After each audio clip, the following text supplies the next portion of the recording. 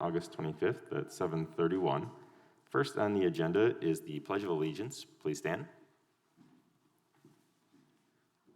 I pledge allegiance to the flag of the United States of America and to the republic for which it stands, one nation, under God, indivisible, with liberty and justice for all. All right, next up is roll call, please. Alder Radafrada. Yeah. Alder Clouder. Here. Alder Gerhardt. Here. Alder Krause. Here. Alder Maldonado. Here. Mayor Richardson. Here. Alder Schroeder. Here. Alder Crossman. Here. Alder Udell. Here. We have a quorum. All right, thank you. And just a reminder for there's a number of people who want to speak on various things tonight that public appearances, we do ask people to keep to 3 minutes or less. We've got a number of people here for non-agenda items. So I will start with Rachel Lee, if you want to come up to the freestanding. Oh, is Rachel out there? And then after Rachel, I have Lisa, I think it's Pudlow after that. So she can be on deck. Come on in, Rachel. We'll start with you. If you want to just come up, Rachel, to the freestanding mic, that would be great. Thank you. Hi, I'm Rachel Lee. I am a Fitchburg resident, former Plan Commission member of Fitchburg for several years. And I have 3 children, Daniel, Christopher, and John. They're in grade 6, it's a new year, 7, 5, and 2nd grade. And they attend Edgewood Campus School, and they were very affected by the recent emergency order number 9. And what we would like the city of Fitchburg to consider is to put together maybe a resolution or a statement of support for our families in Fitchburg. We are all affected by COVID, and our schools have been working very hard all summer to meet any of the guidelines that have come out and been published as far as spacing, PPE, cleaning, how people go in and out of classrooms, and they have divided classes and changed cohorts, limited interaction in every way possible, and even using outdoor spaces more. And we would like to be able to open our schools maybe under the childcare provisions and still provide instruction. And if the city of Fitchburg could just provide some support for our families, these childcare settings or camps are happening in the public schools, such as Leopold, right here in the city grounds, even though they can't provide instruction, and they're charging tuition to Fitchburg families to go to this camp in this setting, and we would like to be able to just do this in our school. Many Fitchburg residents are affected by this, and all kinds of Fitchburg residents, from diversity to economic diversity, and we just like the city's support. We know it greatly affects everybody here, and it was a very hard order to hear, and it's been very hard to adjust to, and we're not really sure how these kids are going to be able to go back to any school setting, and everybody's scrambling for childcare. They're not sure how the metrics could be met the way they're written right now. It's a purely a count. It actually discourages testing. If the number is, if you think you have a family and you need to be tested, but you might add to that number and, maybe just stay home for 2 weeks instead of getting tested. And I just wonder how it's come about. Now we're seeing studies coming from, say, the England Public Health Department that have been published showing I think it was 198 cases at all from the schools reopening, and they have 54 million people in the country. So these schools are being very careful. They're trying to follow the guidelines, and they'd like to be able to provide instruction in the classroom. So thank you. Thank you. All right, I have Lisa Pudlow, I think, next, and after that is Phil Anderson. Go ahead, Lisa. I'm a Fitchburg resident. I live in the Swan Creek subdivision, and we just really want you to support us in how we feel that order number 9 was really pushed on us. Friday night, we were all sitting together at a cookout, and 5:30 we got the call that we had started school. My son goes to Our Redeemer Lutheran School in, over by Elver Park. So we had started school on Wednesday already. And so he's been at 3 days of class already. And all of a sudden, Friday night, get the call, no more school as of Monday morning, you've got to go virtual. So extremely disruptive. Everybody works in our family a lot. Personally, I start my really busy schedule. Labor Day through Christmas, I work 60, 70 hours a week. Husband works 40 hours a week. He's studying for a CFA, super hard test. It's extremely difficult. My son has focus issues, so to be in a classroom is where he's going to get the best attention. Our Redeemer has a virtual option. We had 9% of the parents opted for the virtual option, so that's perfect. We've got an option for them. Many of these schools have virtual options if that's what they want to do. 91% of us need the physical interaction, the in-person, and we're just asking you tonight to support us in that. Thank you. All right, thank you. All right, Phil is next. After Phil, I have Brian Bertrude. Hi there. I'm not Phil. I was actually just told to kind of just head up here. First and foremost, What's your name? My name is Nicholas DiMaselli. I did, sir, give you a form. I want to thank everybody on the Zoom meeting and in person here for allowing us to speak today and having this forum. I really appreciate it. But my name is Nicholas DiMaselli, and I'm actually a neighbor of Alex and Lisa, who just spoke. And my daughters go to the exact same school as her son does. And we were at the same barbecue and consumed that same Order 9 edict that came down. We consumed it at the same time, and it just knocked me sideways. My daughters, number one, they'd already started school, just like Lisa's son had, already started school. And we find it incredibly important for these kids to be in school. And that was one of the reasons, not the only, but it was a huge reason why the private school option is the right choice for my family. Because having gone through the virtual when both of my daughters were at Verona, going through the virtual thing, Verona did a great job in pulling it together. They really did. But I can say that, my third grader at the time, who's in fourth grade now, no, she's not going to learn the type of lessons that she would have learned in the classroom, and it was very evident very quickly.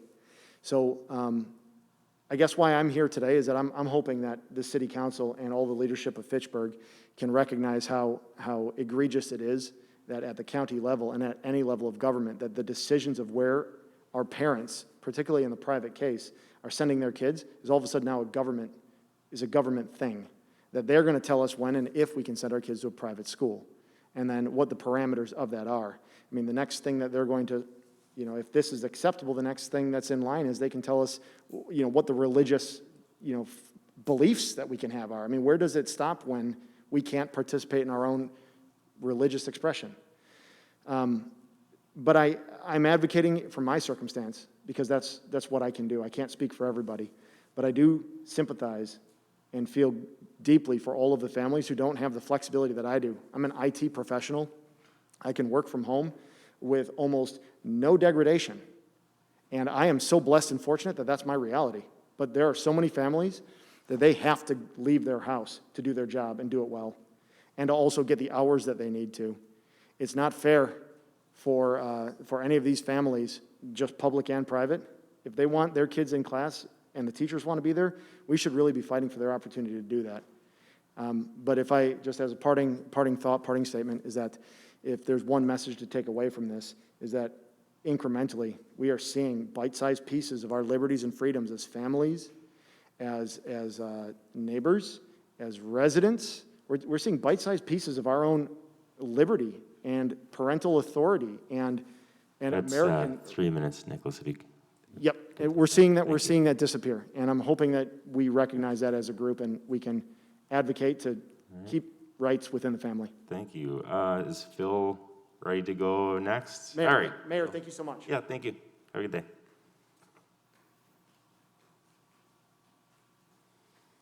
Good evening. My name is Phil Anderson. I'm a resident of Fitchburg. I have 2 kids who attended private schools in Dane County, and I'm currently on the board of Exploration Academy, which is a charter program of Verona High School.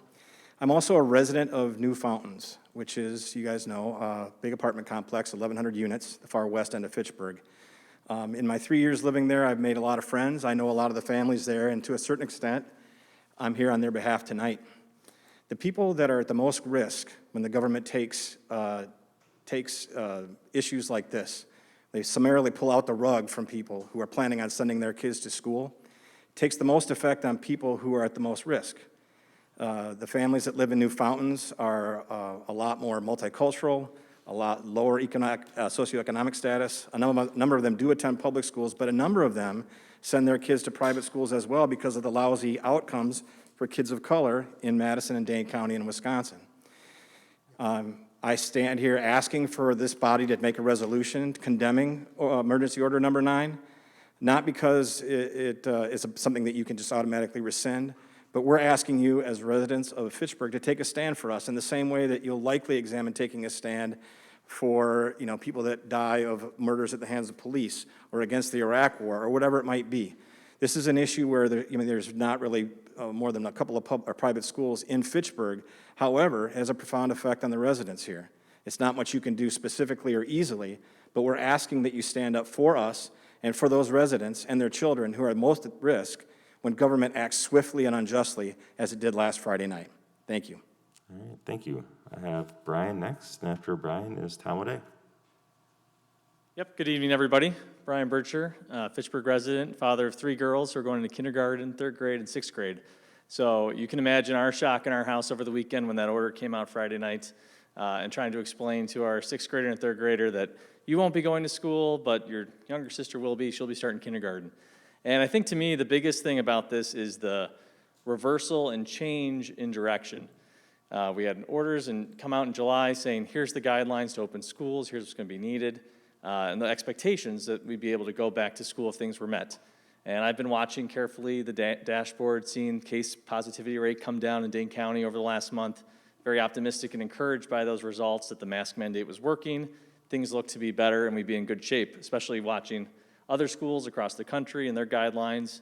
I'm originally from New York, and seeing that they're at 5% was their cap. You had to be under 5% and submit a school safety plan to open. And with logic and ration, they were able to go through that and say all school districts in New York were able to send their kids to school with that approval. We should have the same thing here in Dane County. So I ask for your support to look into this further. We should not have this sort of quick moving of the goalposts without good rationale and good explanation for these things to happen that impact so many lives in our town. Thank you. Thank you. Tom.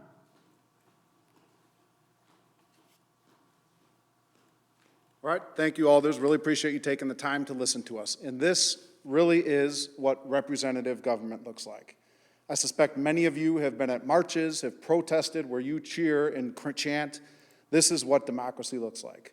The problem with what happened late last week is that it came down from an unelected body that has no representative accountability to us, your constituents, the citizens of Fitchburg.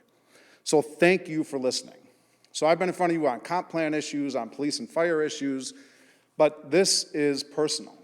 I have kids in school who had planned to go in school this week. It was pushed back till late September, early September, and now those kids won't be able to go to school in person if order number 9 stays. And that is personal to all of us. So we're here because we don't have an outlet for our concerns. We've talked to county supervisors who say we have nothing to do with this. We didn't know about it. We've talked to the county executive who shuns responsibility for this act. And we have nowhere to go. So we're here for you, asking that you take some responsibility and accountability. We're asking that you support us, your Fitchburg residents, that you pass some kind of resolution, and we'll present something to you formally in the next couple days, that you pass a resolution showing support for the constituents who have students in private schools who want to continue to send their kids to private schools. So Supervisor Krause is one of the few alders or county supervisors who has indicated a willingness to be open to the idea of opening schools in person safely. And that's nothing different than what the Department of Public Health, Madison and Dane County has been telling us for the last couple months, that you can do it you can do it safely, and here are the reasons why and the ways that you need to do it. And we have taken everything that they've said and implemented that at my school and schools across the county. So someone needs to do something. We can hold you as our elected officials accountable. We hope that you'll support us. We don't need you to rescind order number 9. We know you don't have authority to do that, but we want you to express support for your residents and your constituents to rescind order 9, put that pressure on the public health Madison and Dane County entity, and show support for your constituents. Thank you. Thank you. All right, that is all I believe that I have for non-agenda items, unless I'm wrong. It looks like I got everything. All right, then I will move on. I know that Mike Zimmerman had emailed you, I don't know if you saw it earlier today, that he would like to move 11A before the consent agenda, only because it talks about the expanded premises for some of the restaurants here in Fitchburg. And he thought, really looking at the agenda, under the consent agenda, we're going to actually approve extending the deadline. And so thought probably made sense to just give you some information about it quick before we do the consent agenda. Otherwise, it seemed a little bit awkward and weird to talk about it after we already approved everything. So there's no objections. I'd like to move 11A up to right now before the consent agenda. And so that is 11A is officially the temporary expanded premise description and date extension update. And so kind of like I mentioned, the update is that we've got a number of businesses that have expanded their outdoor premises, and it's been very successful for them. Some of the businesses have told us how it has really made a huge difference for them. And you'll see coming forward in the future, Heritage Catering is actually looking to have a more permanent restaurant here and location and serving option here in the city. And it's partly because of this. And so that's a great success story. Flying Hound is a new one that is interested in this. And so and we talked about this when we first did this. We thought, Labor Day would be the end of it. And we thought, hopefully COVID would be done by now. It's not. And so this would extend it until, I believe it's the end of November. And after that, I think it's going to be a little difficult to be outside eating, maybe even before then. But that's kind of the plan, and that's what is on the consent agenda. We can't, it's at this point just meant to be approved. It's not changing anything that we've done before. It's really just saying that it was going to end Labor Day. It's going to actually be a little bit longer now. So I don't know if there's any discussion or comments on that, but I just wanted to explain that before it was in the consent agenda. All right, seeing none, then we can move along to the consent agenda. All right, is there a motion? Motion to approve. All right, is there a second?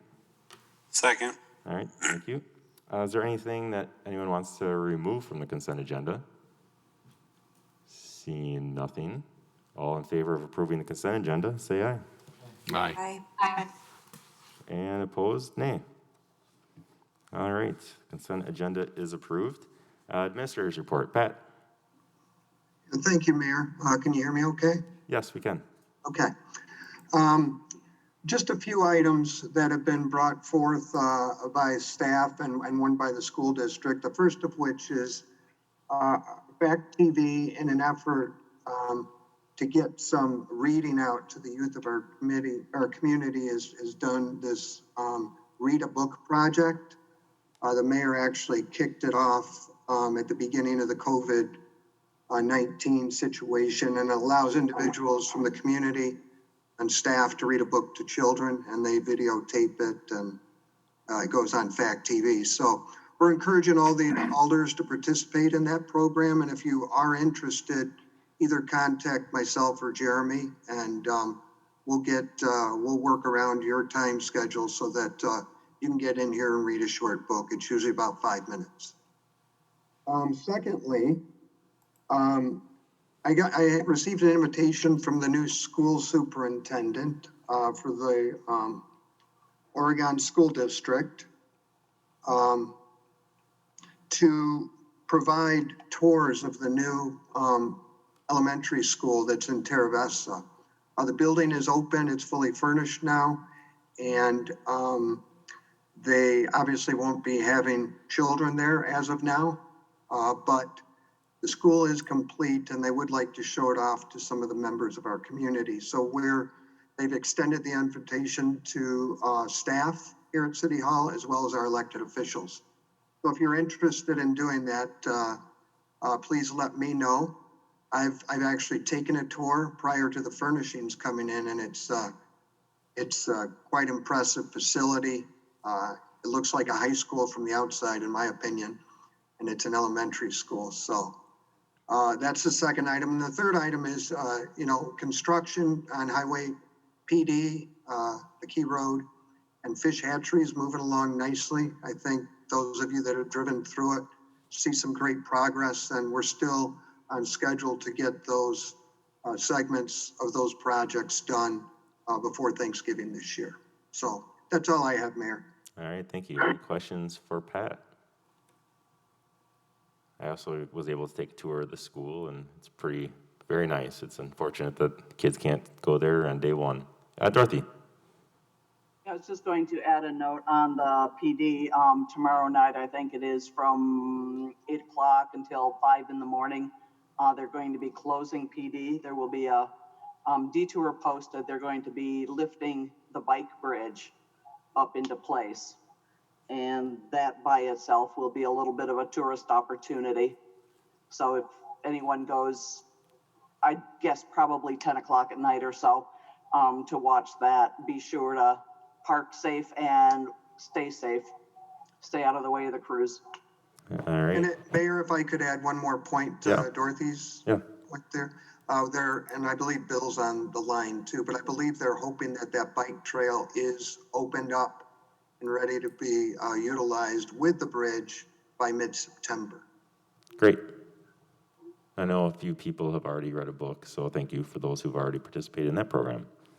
All right, move along to Planning Commission. Tom, do you want to do the first one here? Thanks, Mayor. I'll take the first. The first one is resolution. I'll move it. It's R 161-20, CS 236520, a resolution approving certified survey request CS 236520 by Michelle Bursey, agent for Worth Revocable Trust.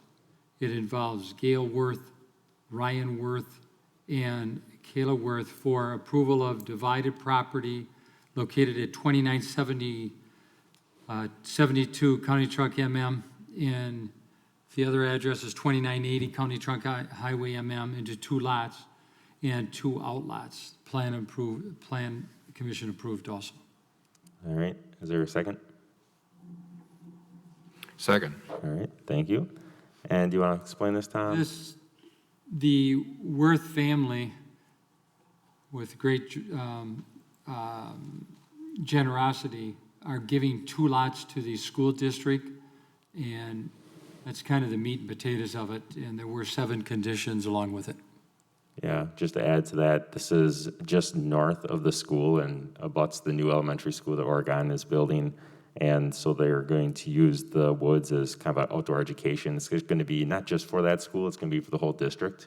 And they're working on plans. I think they're planning to have some trails through there, and there's going to be a learning center. It sounds like it's going to be a pretty neat area. And so this is really just dividing that property up so they can have the woods go to the school. And I think there's 2 houses that are going to be separate. So, any questions at all? All right. Yeah, Dorothy.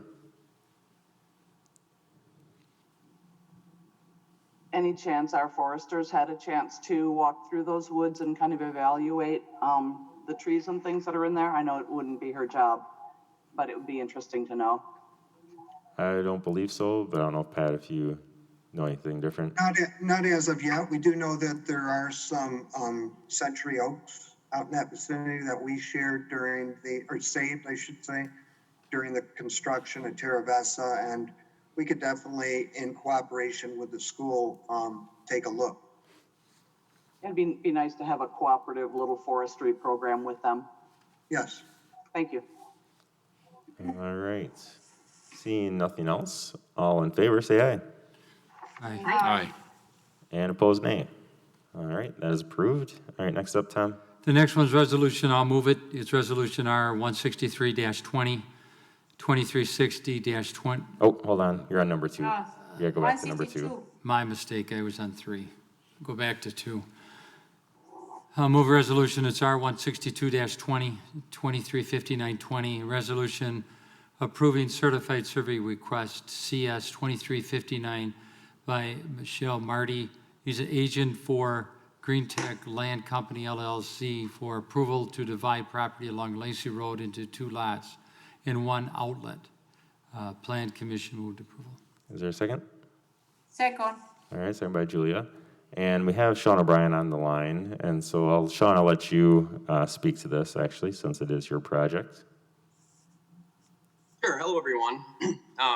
We are requesting to split Outlot 15, which is right along Lacey Road after Syene, but before the roundabout, into 2 lots and an outlot so we can build 126 units of multifamily housing.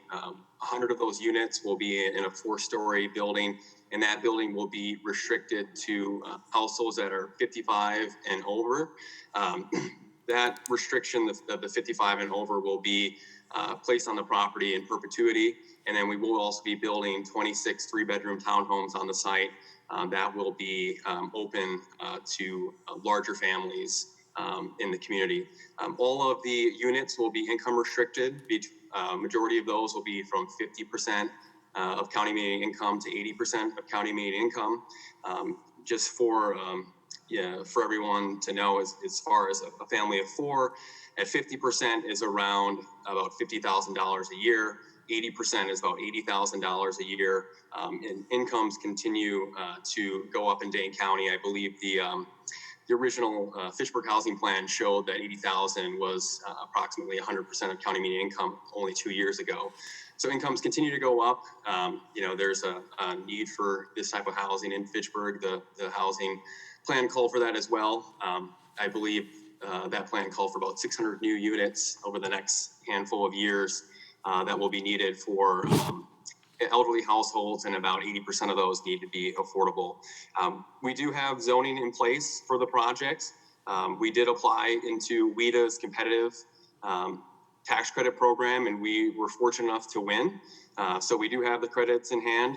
We do have zoning in place, and so now we're just going through and getting our land divided, and then we'll be working with the city staff to get approvals to get the project hopefully starting to be built in February. We aren't asking for any resources from the city for our affordable housing project, and so we think it's a great value to the city, and I'll open it up for any questions. All right, before we do that, I have one person from the public that wants to speak. Katie Sellner from Fitchburg, come on up. Hi, I'm Katie Sellner. I live in the Swan Creek area. I'm a recently retired transit planner for the city of Madison. And I guess it's maybe not so much a statement as opposed to maybe a couple of questions that perhaps city transportation folks or perhaps Sean could answer for me. You mentioned that the housing is going to be for folks who are the 50 to 80% of median income, and what type of transit are you planning for folks who are low income, and especially seniors as they age? Typically, they tend to drive less as they get older, and that's kind of out in an area where there's no metro service, there's no retail, and so I'm wondering why a project would be put there for that income level without any amenities. All right. If you have any other questions, if you want to go through them all, and then. Yeah, do you want to ask them all at the same time, or I can take them one at a time? Well, it's basically why why was something approved by the city of Madison in coordination with the builder when there's no transit or any? Yep, so there is a bus stop, multiple bus stops that are along Lacey Road, and actually that go from Highway 14 down Lacey. There's a couple of stops in Uptown, less than a half mile away from the site. It's bus route 49. I'm So there is- familiar with that because I worked for the city of Madison until January, so but it's probably a good half a mile, the nearest bus stop, which if you're elderly, a half a mile, or even if you're not elderly, I'm just wondering, that usually they're a quarter mile, maximum a third of a mile, so you basically put a low-income housing in an area that's not accessible to transit so I'm just wondering. We've, as a corporation, we've built about 1,100 units across the state. We do a lot of projects in rural Wisconsin. A lot of those projects are senior, and we build amenities right into our projects so that, the seniors don't necessarily have to leave the project. We bring the amenities to the population, but then also we're coordinating and actually providing a service coordinator at the property. We have an agreement signed with Lutheran Social Services, who will actually provide service coordination and do tenant intake to be able to connect those tenants with the services that they need to maintain housing independence. There's a handful of rideshare opportunities that we will be able to connect our tenants to at the property, because we do expect that a handful of our tenants aren't going to have cars. The site is, I think, about 1.5 miles away from the senior center. We do believe that there will be significant retail in that area in time, and our project won't come online until 2023. There's a lot of financial interest in the property succeeding from everywhere from our tax credit investor to WIDA, who allocated the credits, to the lender who is going to be making a loan on the project, that we have done our due diligence and that we believe that there's going to be a market for this project and that tenants will find this housing to be in need and used. And so it isn't something where we're dropping housing in the middle of nowhere and hope that people will show up. We've done extensive due diligence that we know that there's a market and a need, and that this project will be well utilized. And I do live in Fitchburg. I should have mentioned that. I'm a Fitchburg resident. I've lived in the community in Oak Meadow for the last 8 years, so I'm fairly close to this site as well. But I lived on the west side. And I think that the vision for Uptown is to continue to build out, that site with density. And, when you start putting more and more households in there, the retail hopefully will start coming online, and, all of those other things will start to fall into place. So we feel really confident about the market and the location. Our tax credit investor feels the same way. And, WIDA allocated us tax credits based on a competitive scoring system. Out of, I would believe, 20 projects, they only awarded about 10. And so they picked, the best sites and the best projects. I think Fitchburg has had a couple of applications in other competitive rounds over the last year that have not been picked. And so we feel really confident that, we've picked a site that's in close proximity to jobs, close proximity to amenities, and, will be a great site for housing. All right. And you're right. That is all I have from the public. Thank you, ma'am. Okay. And I'd like to ask something else, but I well, that's why I wanted you to speak everything. You can't have it back and forth. You didn't really, So, nobody answered the question is what type of All right. transit you're going to bring here, so. all right. Questions, comments from the council? Sarah. I did share Katie's concerns about public transportation and just that, looking at the closest stop, it was that East Sherrill and Lacey, which isn't that far, but it was the same thought process of if we're catering to seniors and just setting them up for success. I do wish that transportation resources were more accessible, that I did kind of have that same question of just, if mobility is an issue at all, just having that further bus stop just presents a challenge that I do wish that there were resources readily available. So once again, just that we were setting up individuals for success once they moved into that location. Has there been any conversations in potentially changing bus stops, or do you know? I know you mentioned a variety of rideshare programs, Sean, but Can you expand on any of that or any additional feedback? I don't have a list of ones that we're going to utilize, but I can tell you that is what we've done in other communities that are far more rural, that don't have public transportation whatsoever for our senior housing, and has been successful. So as we are paying as part of our property operating expense to have that service coordinator on site. That's an added amenity for the tenants and for the property, but their role is to get that rideshare service to the property, because in all likelihood, our tenants are more likely to use that sort of service than utilize the public transportation. To have some sort of rideshare that's going to pick up our tenants and bring them to Target, bring them to the senior center. I know that when we were looking at a site in McFarland, their seniors outreach center has their own rideshare program. So we would work in hand with the senior center to kind of identify, what those programs are with our service coordinator. And it's more likely that, that subset of tenants are going to utilize that type of amenity versus, bus stop, even if it was out front. But we've done a handful of projects in communities that don't have public transportation, and they've been extremely successful. Julia, go ahead. Yeah, so I am mute? No. Nope, I can hear you. Okay. So what I want to mention first, we need to clarify. This is not a low-income development, okay? This is a workforce development where they told us about the 50% and 80% of the Dane County median. So we are not talking about salary that they are low income. So I want to clarify that this is target to senior housing. And if you read the housing plan here, it says that the housing plan, one of the goals is to support the housing need for senior citizens. It mentioned in this plan that we will need maybe 640 new or redeveloped units by 2030. And approximately 80% of those units, 512, should be affordable. So here we have in front of us a project that fit in our housing plan. And I don't know why we are trying to lose the fifth leg on the table to try to put this project down.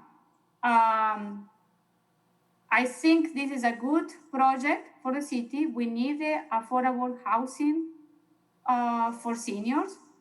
And I will say that, we can work with public transportation in the future when the development is ready to come. If we can move one of the bus stop, take it closer, but so I think that this is part of it fit in our housing plan. That's it. All right. I can speak a little bit, I'll give it to you in just a second, Joe, to the transportation. Last week, we met with Madison Metro, and I think we're going to hear from them a little bit later today, too, that, one of their suggestions is to reduce some of the routes that we have in the city. And I know one of the potential ones they suggested was the one that goes within a half a mile of this. So there might be even less of a need for that. This did pass the Plan Commission, and I was the only one that really expressed any concerns about this, and that's for a few reasons. And Sean knows this, we've talked, so this is no surprise to him. And one is that this was originally planned out as a T4 area and was able to go to T5 without any approval from the council, from Plan Commission, because it's in Smart Code.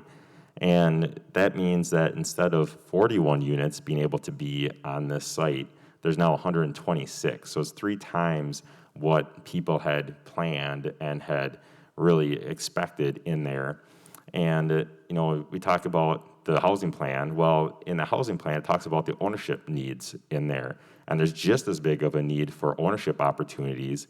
And when you look at some of the neighborhoods where we have some issues, and we have the healthy neighborhoods, for example, you see one of those issues is that there's so much density in rental only. Ally Drive neighborhood is an example where we've really made some great improvements in that neighborhood. And one of the things they did was take out rentals and add some ownership opportunities. So, for me, that's why I didn't support it. Obviously, there's still a need for all this stuff, but I think that we need to really try to push the ownership opportunities just as much or more than the rental opportunities. So I've got Joe and then Julia after that. Go ahead, Joe.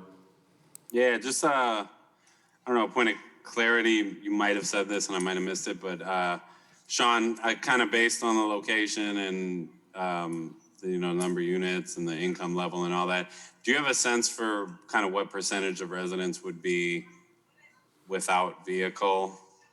I'm just wondering what the, I guess, increased need of transportation would be. And then my second question is more to the council or to anybody that knows it. How difficult would it be to move a bus stop a couple of blocks over? I mean, not taking into consideration that the bus route might be removed, but in case we need it and decide to keep it. We did a study on all of our senior units that we have in our portfolio, and about 80%, about 75 to 80% of those residents had cars. This site's going to have, of that 100 unit, there's going to be 100 underground spots for the senior building. So we feel like we have ample underground parking for the seniors. There's also going to be about 48 underground stalls underneath the townhomes, and then an additional 49 or 50 surface stalls. So as far as the townhomes go, we do expect that those residents will have cars. For the seniors, again, our portfolio data suggests that not all of those households are going to have cars. Actually, the data also suggests that the average age of our tenants are going to be about 74 years old. So whether or not they have a vehicle, we definitely will have ample parking. And again, we rely more on just the connection of the services versus the public transportation. So the mayor did talk to me last week about possibly losing the bus stop. And, I think that it's an amenity for the project, it's an amenity for the neighborhood. But a majority of our tenants, aren't going to be utilizing that bus stop because they're, either going to be utilizing rideshare or I do believe that a lot of our tenants are going to come from families, people who live in Fitchburg, that are trying to move family members closer, to their residences. And so we are going to have a preference on our units, one for families that already live in Fitchburg. So kind of the benefit there is, if you have a family member and they're going to need some housing, you can move them closer to you. Or if someone's living in their own home and are ready to, make a move into a smaller unit, something that has a little bit more service connection to it, it actually will, maybe free up some households for other members to come into the Fitchburg community as well. And then our second preference will be for individuals that actually work in Fitchburg. And so as we establish a wait list, folks that live or work in Fitchburg will go to the top of that wait list. All right, I have Julia next. Oh, we can't hear you, Julia. You're on mute. I also want to mention in the housing plan, that you need to read it, that by 2030, we will need 1,400 rental units too. So this is part of the plan. All right, anyone else? Dorothy. Yeah, just wanted between whoever all, if there's been some kind of a study done on how many people over 55 are actually looking to buy a house. I can't imagine that it's a very high percent regardless. Even the younger kids now are preferring to rent because they don't want the hassle of having to keep up with chores around the house and lawn care and snow and replacing the roof if it needs it and all that. I'm not seeing that there's going to be a whole lot of seniors that are really wanting to buy a house. All right, anyone else?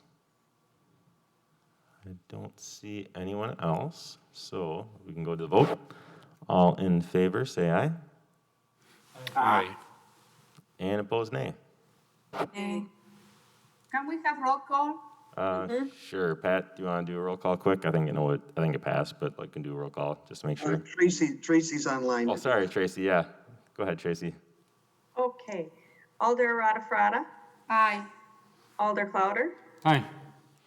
Alder Gerhart, Aye. Alder Krause, Aye. Alder Maldonado, Aye. Alder Schroeder, Nay. Alder Strassman, Nay. Alder Udell, Aye. All right, that passed then. motion carries. All right, thank you. All right, moving along to number 3 now, Tom. Number 3, Resolution R 163-20. Resolution approving final plot request FP 2360-20 by Phil Sveum, agent for Fitchburg Lands LLC, for approval for the first addition to Terra Vesta. Plan approved. Is there a second? I'll second. All right, second by Dorothy. Tom, what's this one? This one is, Phil brought this forward in reference to single-family lots. He basically informed us too that the lots are going well, and this opens up more lots for this first edition. So with that being said, it's not only good for buyers, but it's good for Fitchburg. Yeah, he mentioned in Plan Commission, I think there's like 82 lots in what was the first phase, and he's only got like 4 left.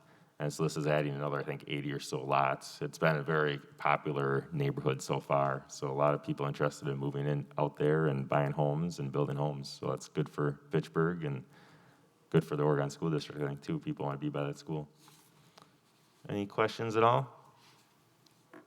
All right, seeing none, all in favor, say aye. Aye. And opposed, nay. All right, that is approved. Next one. The next one is Resolution R 164-20, 2363-20, resolution approving certified survey request CS 236320 by Robert Shea. He's an agent for Winger Real Estate LLC to divide property located at 2975 Capac Road. And we moved approval. We did. Is there a second? Second. Seconded by Randy. All right, you want to speak to, actually, Tom, we have, I believe, Carrie on the line here, possibly other people too. Carrie, do you want to speak to this part of your project? This is Myers, so we've talked a little bit about Myers in the past. Or maybe Ashley is going to speak first. Go Yeah, ahead. I can jump in. Good evening, everyone. My name is Ashley Mack, Real Estate Manager for Meyer. This evening, Myers requesting approval of a certified survey map to divide the property associated with 2975 Capac Road into 3 lots and 1 out parcel. As well, we are requesting a zoning ordinance amendment to rezone a portion of the property from rural development to business general. Just as a quick refresher for the council, Meyer is family-owned and privately held company based in Grand Rapids, Michigan. We operate 247 stores across 6 states. A new Meyer store in the city of Fitchburg would provide customers a one-stop shopping experience. The store would employ approximately 250 to 300 full and part-time team members and will offer more than 100,000 different products and 600 types of high-quality fresh produce. We also offer the full-service pharmacy with clinical services and vaccinations, as well as an expansive garden center, gas station, and convenience store. As we've previously mentioned as well, Meyer supports a wide variety of nonprofit organizations by donating more than 6% of its net profits to charity each year and sponsoring hundreds of community events. We offer our team members a very comprehensive rewards program, including competitive wages, medical, dental, vision insurance, paid time off, paid parental leave, 401k, team member discounts, short and long-term disability, life insurance, scholarships, adoption, and educational assistance. Meyer is also an equal opportunity employer and a leading advocate for diversity and inclusion. Over the last several months, the Meyer team has worked closely with city staff and held 2 neighborhood outreach meetings with Jamestown Neighborhood Association, which is located to the north of the property, and the neighbors in the city of Madison, which are located to the west, on June 3rd and August 11th. At the first meeting, the Meyer team reviewed our stormwater management plan and addressed concerns regarding traffic, noise, site lighting, and visibility of the retaining wall. In response to the feedback received, Meyer added some landscaping on the residential side of the retaining wall, as well as adding some sidewalk connectivity throughout the site. At the second meeting, Meyer reviewed more detailed plans, which included color building elevations and renderings, and went into further detail about our stormwater management plans. In addition, Meyer shared color renderings of the retaining wall from different perspectives to help residents get a better understanding of what they'll be looking at. A majority of the questions we received were focused on the retaining wall, which is understandable, clearly about maintenance and landscaping, and then also future development plans for Lot 2. Overall, we did not hear any negative comments regarding the project, and the attendees were excited about the future job opportunities and a single destination for grocery needs during these uncertain times. After our meeting, it's my understanding that the Jamestown Neighborhood Association took the time to send a letter in support of the project to council members. As previously mentioned, the Meyer team has worked closely with the city and community members in an effort to make this development as successful as possible, and thank the council for their time and consideration this evening. I'm happy to address any additional questions or comments the council may have. All right, any questions or comments? Dorothy, go ahead. Okay, one question that I had looking at the plans is how tall is that retaining wall? And that's going to be to the east of those properties. Gary, do you have the specifics on that? I know it kind of ebbs and flows with the, as kind of the terrain changes. Do you know what the highest point is, Gary? Yes, the wall transitions as you drive north up from the McKee entrance there along the west side of the property. It goes from 1 foot all the way up to 6, then it goes 9 feet in height, and then the highest point's about 33 feet in height, and then it transitions back down. So the highest point is about 33 feet in height.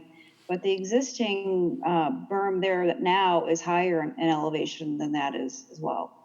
So we are cutting that down a bit. Anything else? The Dorothy? second question that I have is, and I don't know that it was asked at the meeting, the last neighborhood meeting happened at the same time we had our last council meeting, so none of us could attend it, which I regretted. I'd asked someone to ask how high the roof of the building will be compared to the backyards on Dolly Drive, and whether, well, not whether, but we should talk about compressor noise coming off of the roof. From a noise perspective, we have taken great precautions to try to prevent and minimize any noise that any neighbors hear. For example, we have raised parapets on the building. We have a truck dock screen walls. We've implemented an electric docking stations at the truck doors so that when trucks pull in, they hook up to this electric station to keep the produce and items cold so their engines aren't running constantly. And then in addition, we've got that significant retaining wall with a 6-foot fence on top of it to help eliminate as much noise as possible. I can tell you it would be very minimal considering all the traffic noise that's off of McKee and so forth. So it'd be, we don't think we'll be adding a whole lot of noise to that area.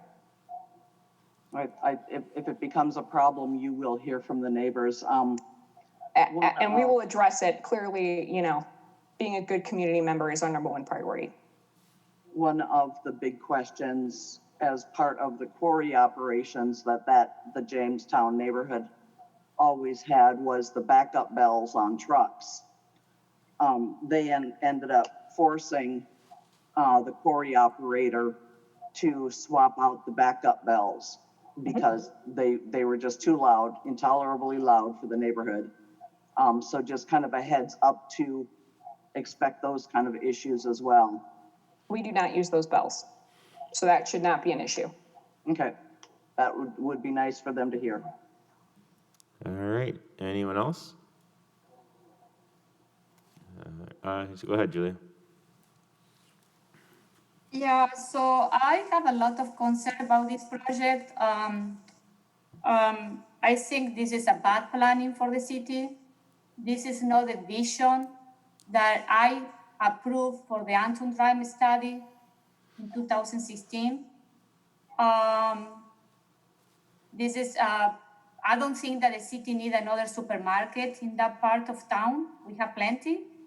And I am concerned if we bring another one is going to close. I am concerned about the dark store, the loophole. I am concerned that when we send the first bill, they're going to sue us, like most of them they do. So this is very bad planning for the city. We don't need another supermarket. It's not against you, Myers, it's about if you come and say, I want to put Meyer in the east part of the city, I would say, yes, do it, we need it. But then we are gonna create a cluster of supermarket in the west side that eventually, when we have other prospect of potential supermarket to come to the east side, they're gonna see already the market in Fitchburg is saturated. Do we need to go to the east? If they have all of 5 or 6 supermarkets in the area. And we need to think that Costco is coming to the region too. So I don't feel comfortable to approving this. I don't have anything against Meyer. It's about planning. I was part of I approved the Antrim Drive plan study in 2016. And the vision for that study and the vision for that region was totally different than what we're trying to do now. So it's not against the company, it's against the planning. I think it's about planning in that area. If you want to come to the east part, then I say, yes, let's do it now. But I am concerned about saturating the market with supermarket. Also, the only way that people from the east side to go to supermarket is to go in by car. So I don't feel comfortable with, with this project here. I appreciate your concerns, and I understand where you're coming from. Just wanted to address a couple of your comments. Meyer's more than just a grocery store. We offer significant general merchandise. We offer clothes. We offer a pharmacy. We offer a garden center, gas station, convenience store. Again, in these kind of economic conditions where people are afraid to make multiple stops, Meyer is a huge benefit to a community. I can come into my store. I can pick up multiple things. I need socks for the kids. I need medication. I need all these, other things. I can make a one-stop shop. In addition, if you look at other communities surrounding Madison, surrounding Fitchburg, you will note that retailers locate near the center of the population base. And I understand the preference is to move to the east side, but the reality is a majority of the population base is located where the retailers are. It is a retailer's goal to capture the greatest amount of customers, and clearly with the greatest access to transportation, the busier roads, so for example, if you look at Sun Prairie, they have way more competition than Fitchburg does. They have Woodman's, Costco, Walmart, Target, Pick and Save, and Aldi all within a mile and a half. East Town and West Town mall areas have Target, Aldi, Pick and Save, Walmart, Gordon Foods, and Woodman's. Again, it's just all about people want to go to one spot to do all their shopping. They're not going to drive to Target or to other retailers in one spot and then drive all the way to the east side for something else. It's convenience for the customer to make sure that we're all sharing in the market share. And regarding to the dark store loophole, I understand the city's concern. Meyer makes every attempt to not have to go down that path. Again, just like any private citizen in your city, it is our expectation that we'll be assessed fairly, and my tax team will come out, meet with the city before we even meet with the store. We go through assessments, we go and work with them. If there is a conflict, we sit down and have a meeting with the city before we even take any legal action. All right, Thank you again for your comments. I'm hoping I addressed some of them. I have Tom, and then we can go back to you, Julia. Go ahead, Tom.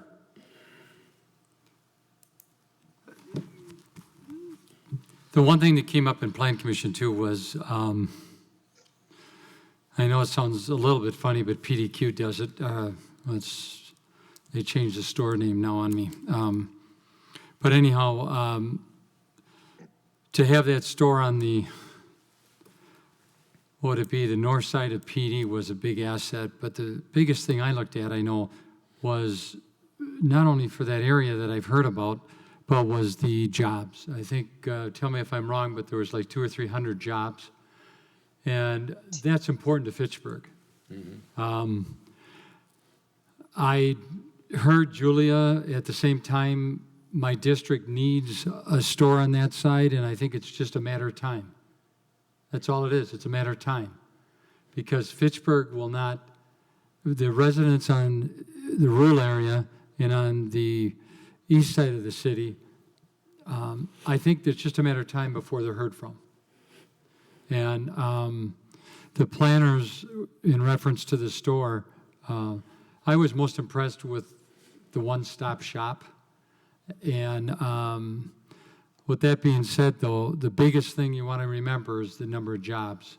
I think that's huge for the city. It's huge for our residents. And it seems to me one of the alders talked about that early on. I did. About that, the job market up there. All right, I have Julia and then Randy after that. Go ahead, Julia.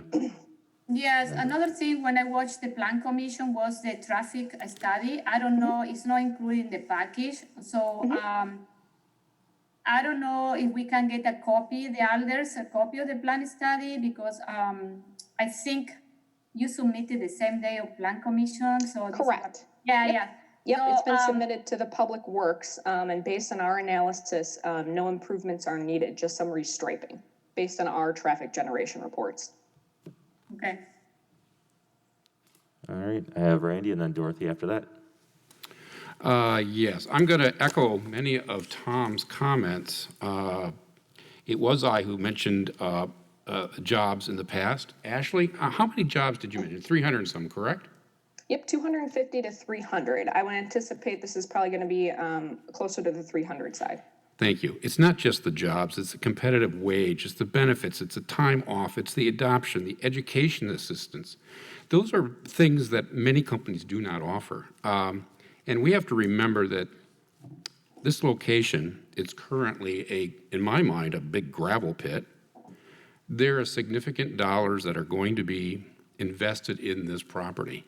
I don't know many companies, small, that can come and develop this property like what Myers is going to do. It's going to take significant capital dollars. And then the tax revenue on it. We're not even creating a TID for this, unless I haven't heard about it. Nope. So I just think there's so many pluses. And in addition, this may be the end of the city limits for Fitchburg, but there's miles west outside of Fitchburg that will support the stores in this particular area. So those are my comments, and I'm in favor of it. All right, thank you. Dorothy? Okay, I wanted to refer back to the Anton Drive study. I was the alder on that group. One flat-out reality that we're very aware of is the fact that the property owner intended at that time and has not wavered in his intent to bring a big box onto there and to not allow any further development of the lands around that until after the big box part was settled. I will continue with a lot of nervousness for a lot of issues, particularly the remnant parcel that will be left immediately to the north of that between the store and Dolly Drive, the Jamestown neighborhood. There's big issues with, like she said, the wall is going to be, to make it level at the top, it's going to be going from 1 foot to 33 feet. So there's a whole bunch of topography issues that they're going to have to deal with. And I'm going to continue to be concerned about the value of the remnant property when they've got a big building and then what is effectively a 50-foot wall, because the back of the homes on Dolly Drive are literally 50 foot higher than the curve of that road going through. So somehow or another, within the length of about a football field or a little bit more, whatever develops back there is going to have to make up a 50-foot difference. And I don't know how to do that gracefully. So I will continue to have concerns that are related to this, but not part of this. All right, I have Sarah next. Go ahead, Sarah. Thanks. I just wanted to say that I share a lot of the opinions that have already been discussed, that I found it a little strange that the businesses were all conglomerating in one spot, but I trust Meyer doesn't want to fail. And so they want to succeed as a business. So I think that they've done their research, and I completely agree that the appeal of jobs coming to the market, and I can see the desire to have a one-stop shop. So I do support this, that I have to trust that Meyer doesn't want to fail and that they've done their research, and just that spot without a doubt is going to need a good community member to develop. So I do support the project. All right, Gabriella. Yeah, I mean, the thing that's that keeps occurring to me, I feel like my thinking on this project has evolved over time, but what's occurring to me now is that, you know, we definitely want to encourage grocery store growth in other parts of the community, and my concern about pushing a project like this down is creating a bad reputation for ourselves. And my impression is that Fitchburg, at some point in the past, has had a bad reputation in terms of not encouraging development. It's the same. It's actually a similar reason to why I would want the Sean O'Brien's project on Lacey Road to succeed, because we want affordable housing developments to come to the city. So we want to encourage those when the opportunities arise, so that they are encouraged in other parts of the city, because we show that we support those types of developments. I think the same goes for this project in my mind, that when we have a person or a company that wants to build on a site and that is willing to work with us, and I really do hope that Meyer continues to work with us so that we can make sure that we're generating tax revenue to support the city. Because obviously jobs are important, but also I want this property to generate some taxes to support the city. But anyway, I'm just concerned about if we squash a project like this, creating a reputation that would prevent another grocery store from coming into the community. So that's where my thinking is right now. All right, anything else, or should we vote? All right, not seeing anything else, then all in favor, please say aye. Aye. Roll call. And opposed, nay. Aye. And any abstentions at all? Abstain. Okay, one abstention. All right, then I believe that passed. All right, and then number 5, Tom, it's actually with the same project. Go ahead. Right, correct. It's ordinance 2020-0-21, RZ 2361-20, zoning ordinance amendment approving rezone request RZ 2361-20 by Robert Shea, agent for Wingra Real Estate LLC, to rezone a portion of the property associated with 2975 Cape Road, same location we've been talking about, from rural development to business general district, plan approved. Is there a second?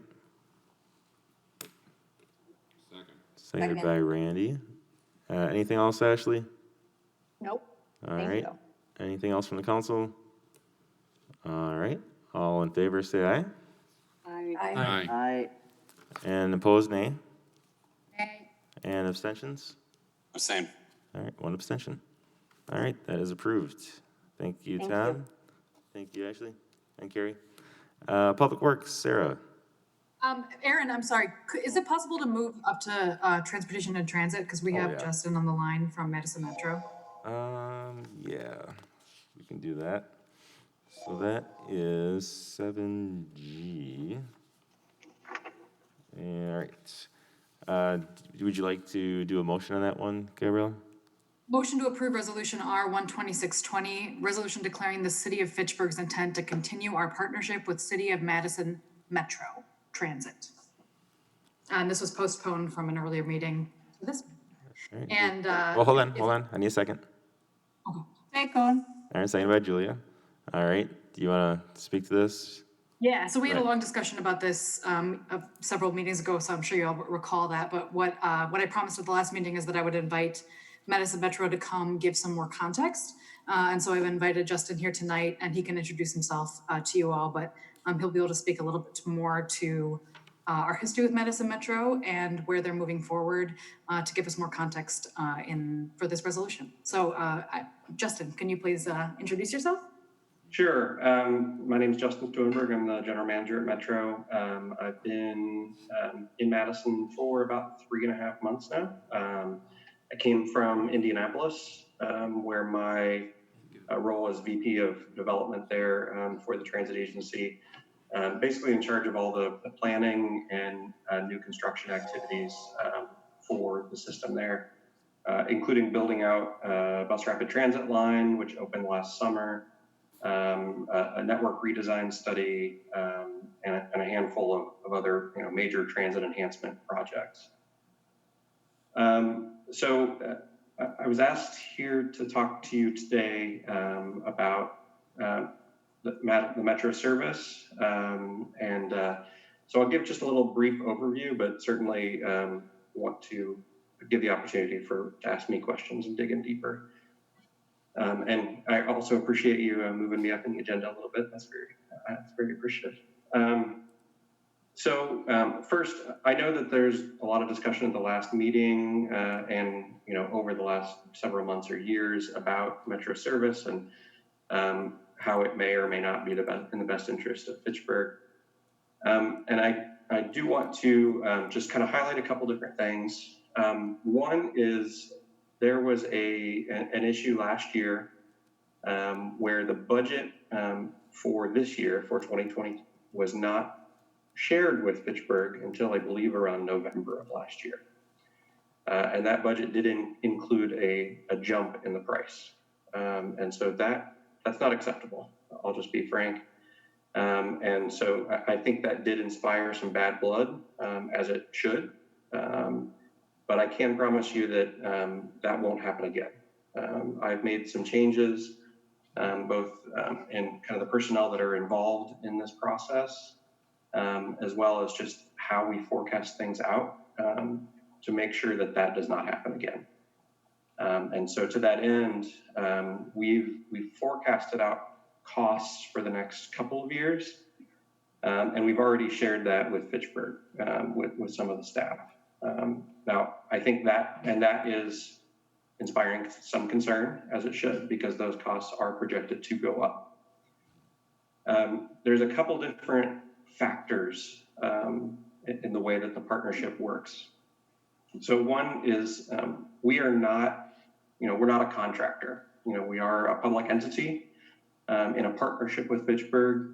And so we do our best to forecast what the costs are, but essentially that partnership agreement spells out that at the end of the year, there's a reconciliation process that we go through to identify, if costs were over or under or what, and then there's a true up at the end of the year.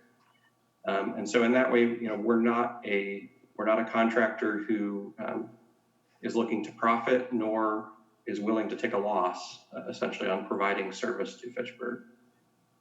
And going forward, there are a few things that are impacting service costs. One is the way that our partnership agreement works is for capital investments, so for investments in our buses and facilities. The city of Madison fronts all of the money, makes that investment through bonding to build out those facilities, to buy those buses. And then each of the partners are charged a depreciation expense on those assets. And that depreciation expense is basically year to year, the proportional cost of that depreciation on the proportion of service that Fitchburg and each of the partners provide. And many of our facilities, or our main facility at 1101 East Washington, has been neglected for a very long time.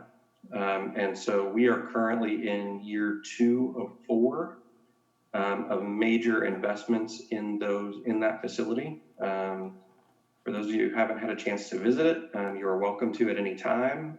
But I will tell you, it's kind of a dump. And so it needs serious investment. It costs a lot of money to maintain things that are constantly breaking. And so we need to bring things back to within their useful life. That does mean that more of that depreciation cost is building and is passed along to each of the partners. The other item is COVID related directly. We do have a higher standard of cleanliness now. And so we have gone from 3 people cleaning buses on a regular basis, the interiors, to currently 30 because of the need to sanitize the buses. And so that is driving up costs.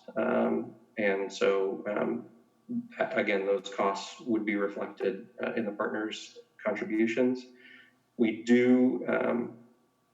are probably going to scale that back a little bit, probably down to 15, but that's still a significant increase over what it was pre-COVID.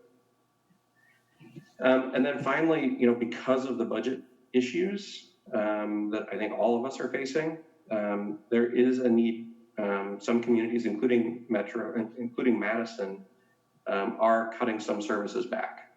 And so what that means is that each of the partners, if the partners maintain their current level of service, they then have a larger share of the overall system. So, if Fitchburg was 4% of the system, now you're 5% of the system. While that doesn't look like that big of a jump, you've now basically increased your costs of all the overhead and depreciation by 25% to go from 4 to 5. And so that's a big deal. And so those are the overarching things that are really driving up costs. And I'm not here to convince you that those costs are right or wrong, but I do want to make sure that we're being entirely transparent with you about what will happen to those costs in the future and why that's happening. And so the mayor mentioned earlier on in the meeting that we had a conversation last week about services, about Metro, about specifically some of the route changes that might be possible, and as well as Fitchburg having more of a seat at the table for operating decisions. I will say, unfortunately, we are not a regional transit authority. We are a City of Madison department. The state legislature, my understanding, has preempted us from creating any sort of regional transit entity. And so that's not really possible. And so therefore, it is really difficult for Fitchburg to have a say in our internal day-to-day operations, just because we are a city department of Madison. That said, Fitchburg certainly has a seat at the table for planning decisions around, how the routes serve the city and come into the city. And I believe one of the intents with this resolution was to kind of affirm support and want to be involved in the route network study that's going to happen starting here in a couple months, where basically we're going to relook at the entire network through a planning consultant to see how it makes sense. Do we want to completely change the route network to reflect the Madison that exists today, the Madison region? Because the system is really built around, how it existed in the 90s and has been kind of incrementally modified since then. And so we'll be looking comprehensively at that entire system, again, starting later this year and through all of next year. And would certainly welcome and encourage Fitchburg to be a part of that process if you're willing to do so. And then the final note that I would add before I kind of let you pepper me with questions is that it's not an all or nothing option here. There are certain routes, the way that our contracts work, there are certain routes that Fitchburg only pays for the portion of that is within Fitchburg. And so that means that the routes that serve like the Allied Community and Fitch-Hatchery Road, those routes are extremely interdependent upon what's going on in Madison. And frankly, Fitchburg is not paying for very much of those. They're only paying for the small sliver that is actually within Fitchburg. And the rest of it, as soon as it crosses the city boundaries, is paid for from Madison. There are other routes, like the Route 49, which serves the Sherrill Parkway area, and the Route 52 that serves this, I think the area that was just under discussion around the Meyer and the Hy-Vee and the Target. Those are routes that are essentially paid for 100% by Fitchburg.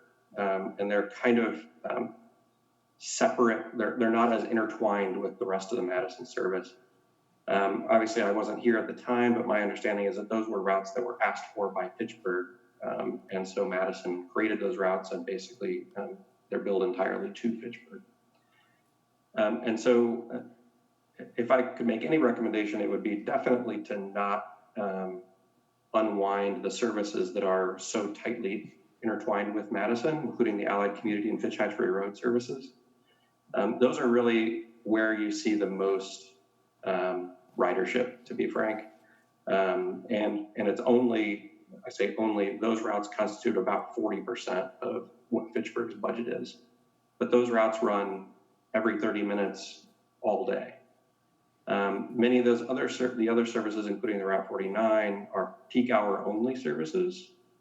And though the 49 and 52 combined, along with the, I believe it's a 59, constitute about 60% of Fitchburg's budget. And so I think I explain all of this just to encourage us to, look not just at all or nothing, but that if you really want to looking to make a change, that there may be a hybrid version out there. So with that, I will be happy to answer any questions that you have. Justin, could you actually speak a little bit about the CARES Act funding and your hope for that as well? Yeah, so the CARES Act allocated about $24 million to transit in the Madison region. And so each city, just like the costs are apportioned based on the amount of service that you have, that CARES Act money and any federal money is apportioned in the same way.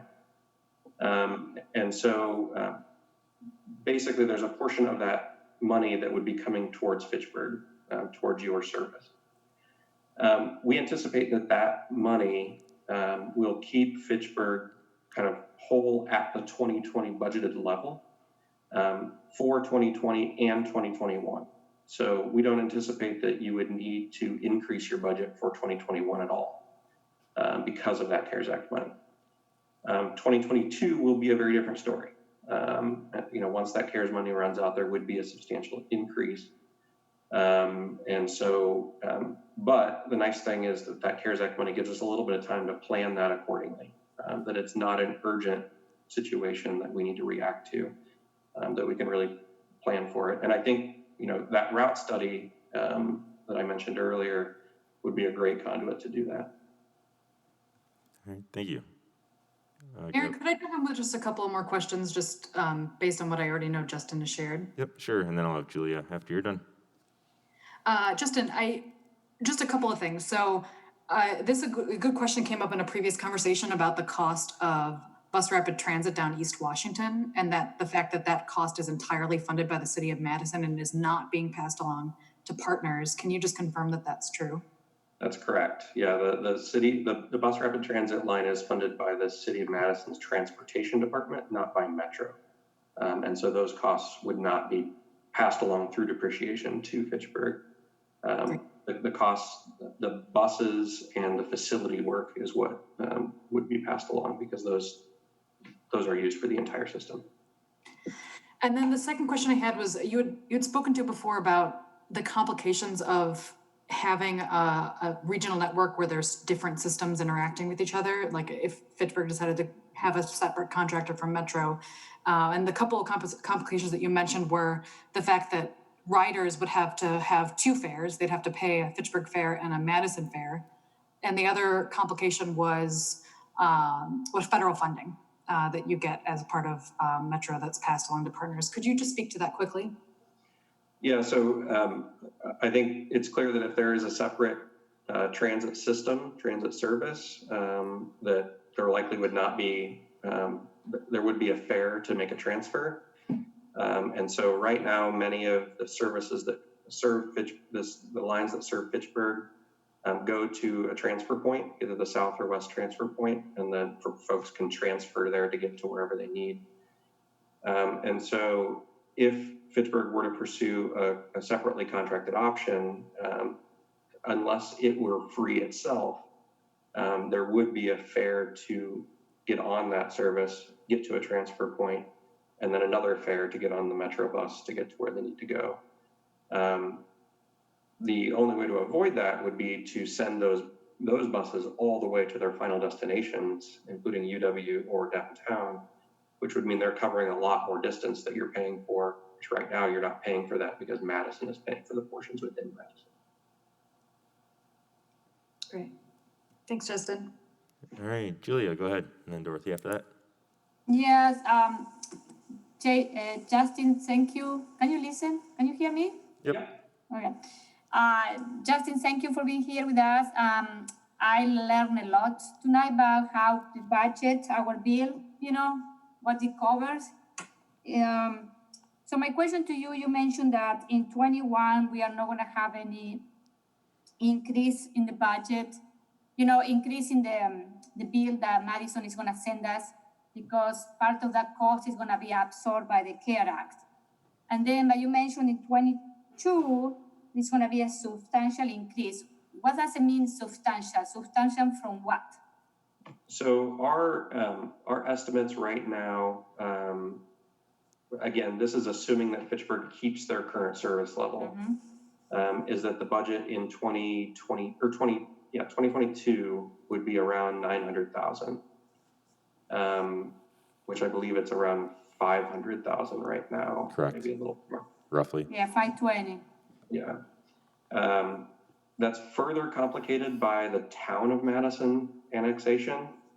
Currently, the town of Madison pays about 100,000 or 150,000. And so it's my understanding that in 2022, also the town of Madison will be dissolved and part of it will be absorbed into Madison and Fitchburg. So most likely there'd be some share of that money that would also be allocated to Fitchburg. I don't know what that will be yet, but I just want to make that clear that town of Madison annexation would impact some of the Metro service as well. Yeah, I think we saw an email that they're thinking at that point, again, it's going to go up significantly, around $250,000 probably is what we're looking at for the town of Madison part that we're annexing. I think the total may be 250,000, and then that would be split between Madison and Fitchburg in some way, but I don't know All right. what the split would be. Dorothy, go ahead, Dorothy. I'm looking forward to this conversation, among other things. I'm on the MPO, fairly new on that. I was on the citizen MPO for the last couple of years and just joined the main MPO this year. One of the big questions that I have, and I'd love to find a way to make a difference or make it different, particularly for the more rural areas that Metro serves. The way the bus works, and you can tell me if I'm wrong, is you're charged by the hour, period. The problem that rural areas have is that we run long periods of time with very few riders compared to buses that run in the downtown area or more congested areas that have people paying to be on that bus, and it's like standing room only. So they have people that are helping to pay that bill, where people in rural areas do not have that option. I've got a couple other questions, and then I'll let you address all of them. Another question that I have is, I know at a certain point, DOT had a star on the corner of Verona Road and PD, hoping to find a way to put a park and ride down in that area. I would love to find a way to have park and rides in rural areas that would be accessible to buses. I think that will be a huge benefit in a lot of ways. I've also got questions about the bus barns and the locations.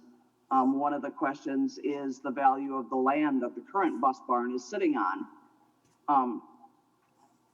Have you guys played with the thought of just selling that and putting 2 or 3 remote bus barns out? I know it would be a little bit more of a hassle, but man, that land has got to be valuable. And even knowing that there would be outrageous contamination issues. So if you could address those things, I'd appreciate it. Sure. So I'll try to go down the list and make sure that, correct me if I'm taking notes. Thanks for that. So first, your note about rural ridership and more of the rural and suburban areas. You're exactly right that, certainly in the kind of outer ring portions of the service area, ridership is lower. That's by design. We do hear, and I heard this a lot in Indy about people that lived in the outer sections of the community looking at the bus and saying, the bus is always empty. But it has to be empty at the end of the line. Otherwise, if the bus were full when it departs the start of its service, then nobody else could get on. And so that's just kind of a nature of transit services. By the time it gets to the end of the line, it's going to be nearly empty. And so, but that does mean, I think ridership is lower. The number of boardings kind of per square mile certainly is lower in the lower density areas, kind of in the periphery of the urban area. And I don't think there's a whole lot we can do about that. Ridership will always be stronger in the university area and the downtown. But we can take steps to improve it. And I think a lot of what you all talked about tonight in terms of urban design and how we orient buildings, especially higher density apartments and things, is really important for building some of that rural ridership.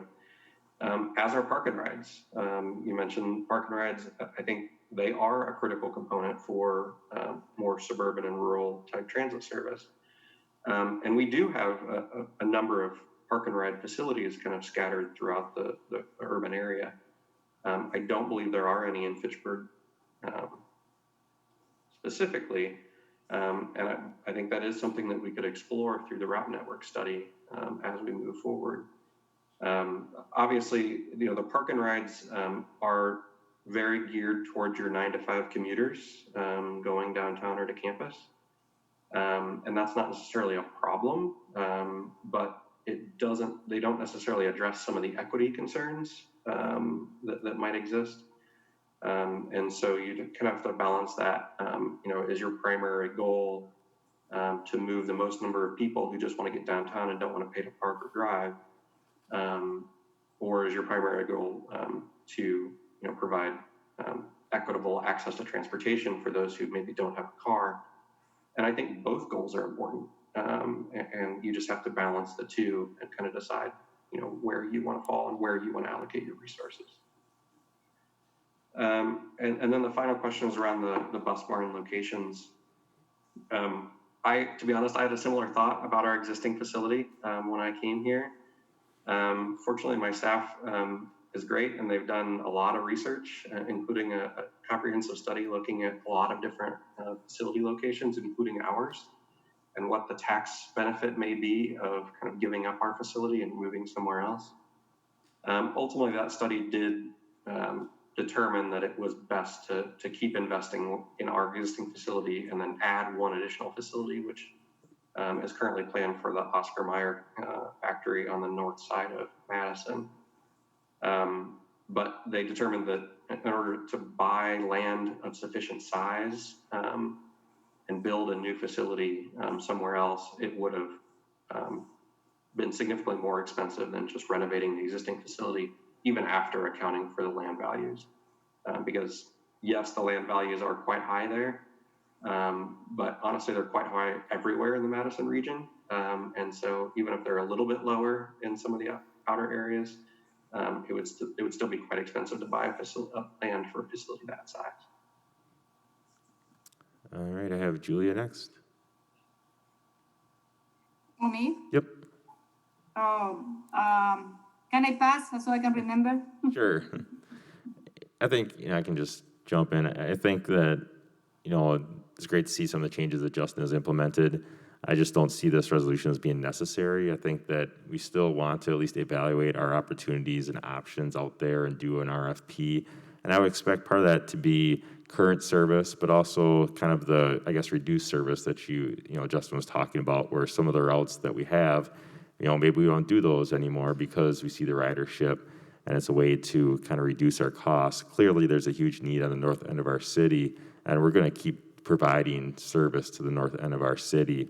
You know, if we set it up right, we can qualify for some federal and state funds that we don't right now, and that can be pretty significant dollars, you know, possibly $250,000 or more.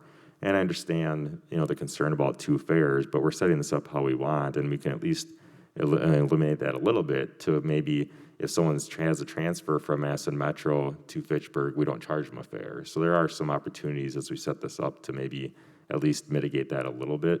But to me, I think we still want to do an RFP. It's great to hear that the costs are not going to go up, are not projected to go up in 2021, so we don't have to make a decision in the next few months. We can make sure we get good research and really look at this and look at our options and all the possibilities. It very well might be that Metro is the right thing, and we stick with Metro, and that's great. But I think it's important, it's, you know, doing our due diligence for our residents to make sure that we're doing what we're supposed to. So, Gabriella, go ahead.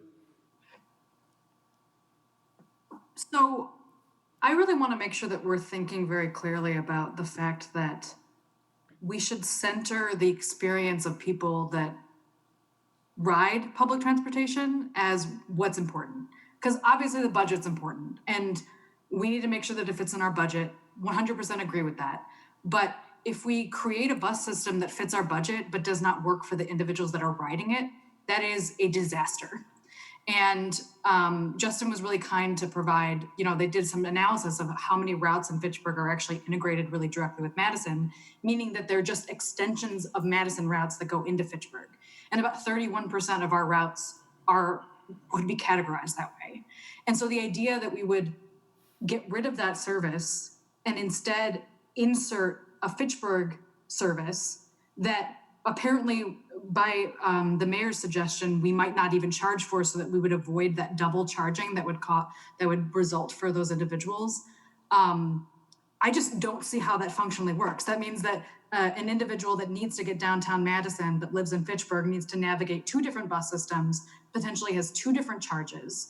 And that is just an unacceptable experience. And I'm actually curious when I first moved to Fitchburg, I spent the first 3 years I lived here, I did not have a car. My husband had a car, so I could use it if I absolutely needed it, but I relied on public transportation exclusively to get in and out of Fitchburg, which is not the easiest thing to do, but it was what I chose to do. And we couldn't afford a car at the beginning, so that's what I had to do. And I'm just curious if anyone else on the council has ever had to rely exclusively on public transportation in the city of Fitchburg. I'm just curious if would you just raise your hand if anyone else in Fitchburg has had to do that? Shannon, okay, great. And John? Not in Fitchburg, but, you know, when I was in Madison. Yeah, me too. Oh. I use public transportation a lot. Okay, so but no one's done it from Fitchburg directly. Yeah. Hold on. We got it, guys. We can't. We gotta be careful. We gotta have some structure here. We can't just jump in. I mean, go ahead, Gabriella, and speak and finish up. And So anyway, I'll finish, but I would actually love to hear from Shannon's experience if you'd like to share that. But I just, like, having been a rider, I cannot imagine the difficulty and the inconvenience of a resident having to switch bus systems and potentially pay 2 fares and navigate 2 bus systems that potentially don't line up service-wise. That sounds like an absolute nightmare. So while I agree that the budget discussion is important, I think that it is very clear to me that we need to at least be a partner for Madison Metro through 2021, because any sort of change to our system is an extreme change that requires a lot of public outreach and discussion amongst the public. So I don't see any way that we could possibly do this going into 2021.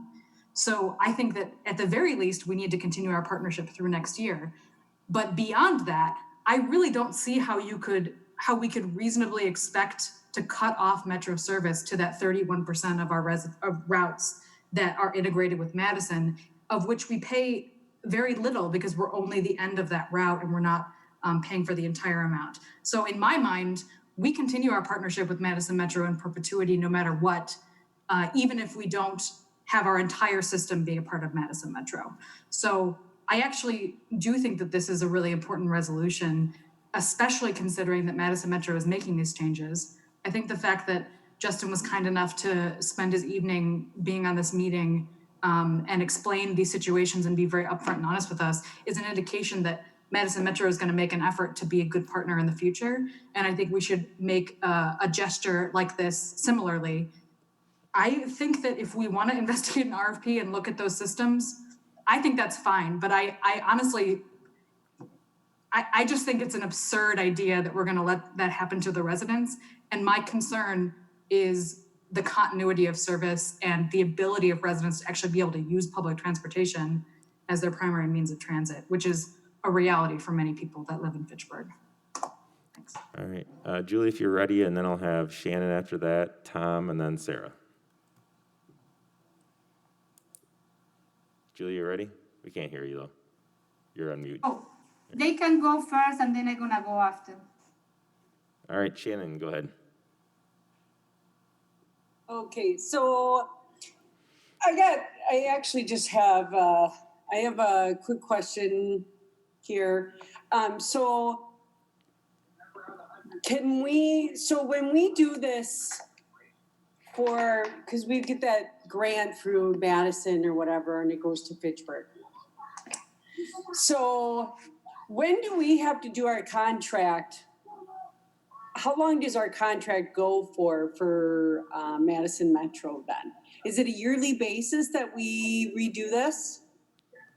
I don't know the specifics of our contract right now. I don't know if Patrick does, but Yeah, I can chime in. Basically, it's a rolling contract, but it requires 6 months notice to terminate.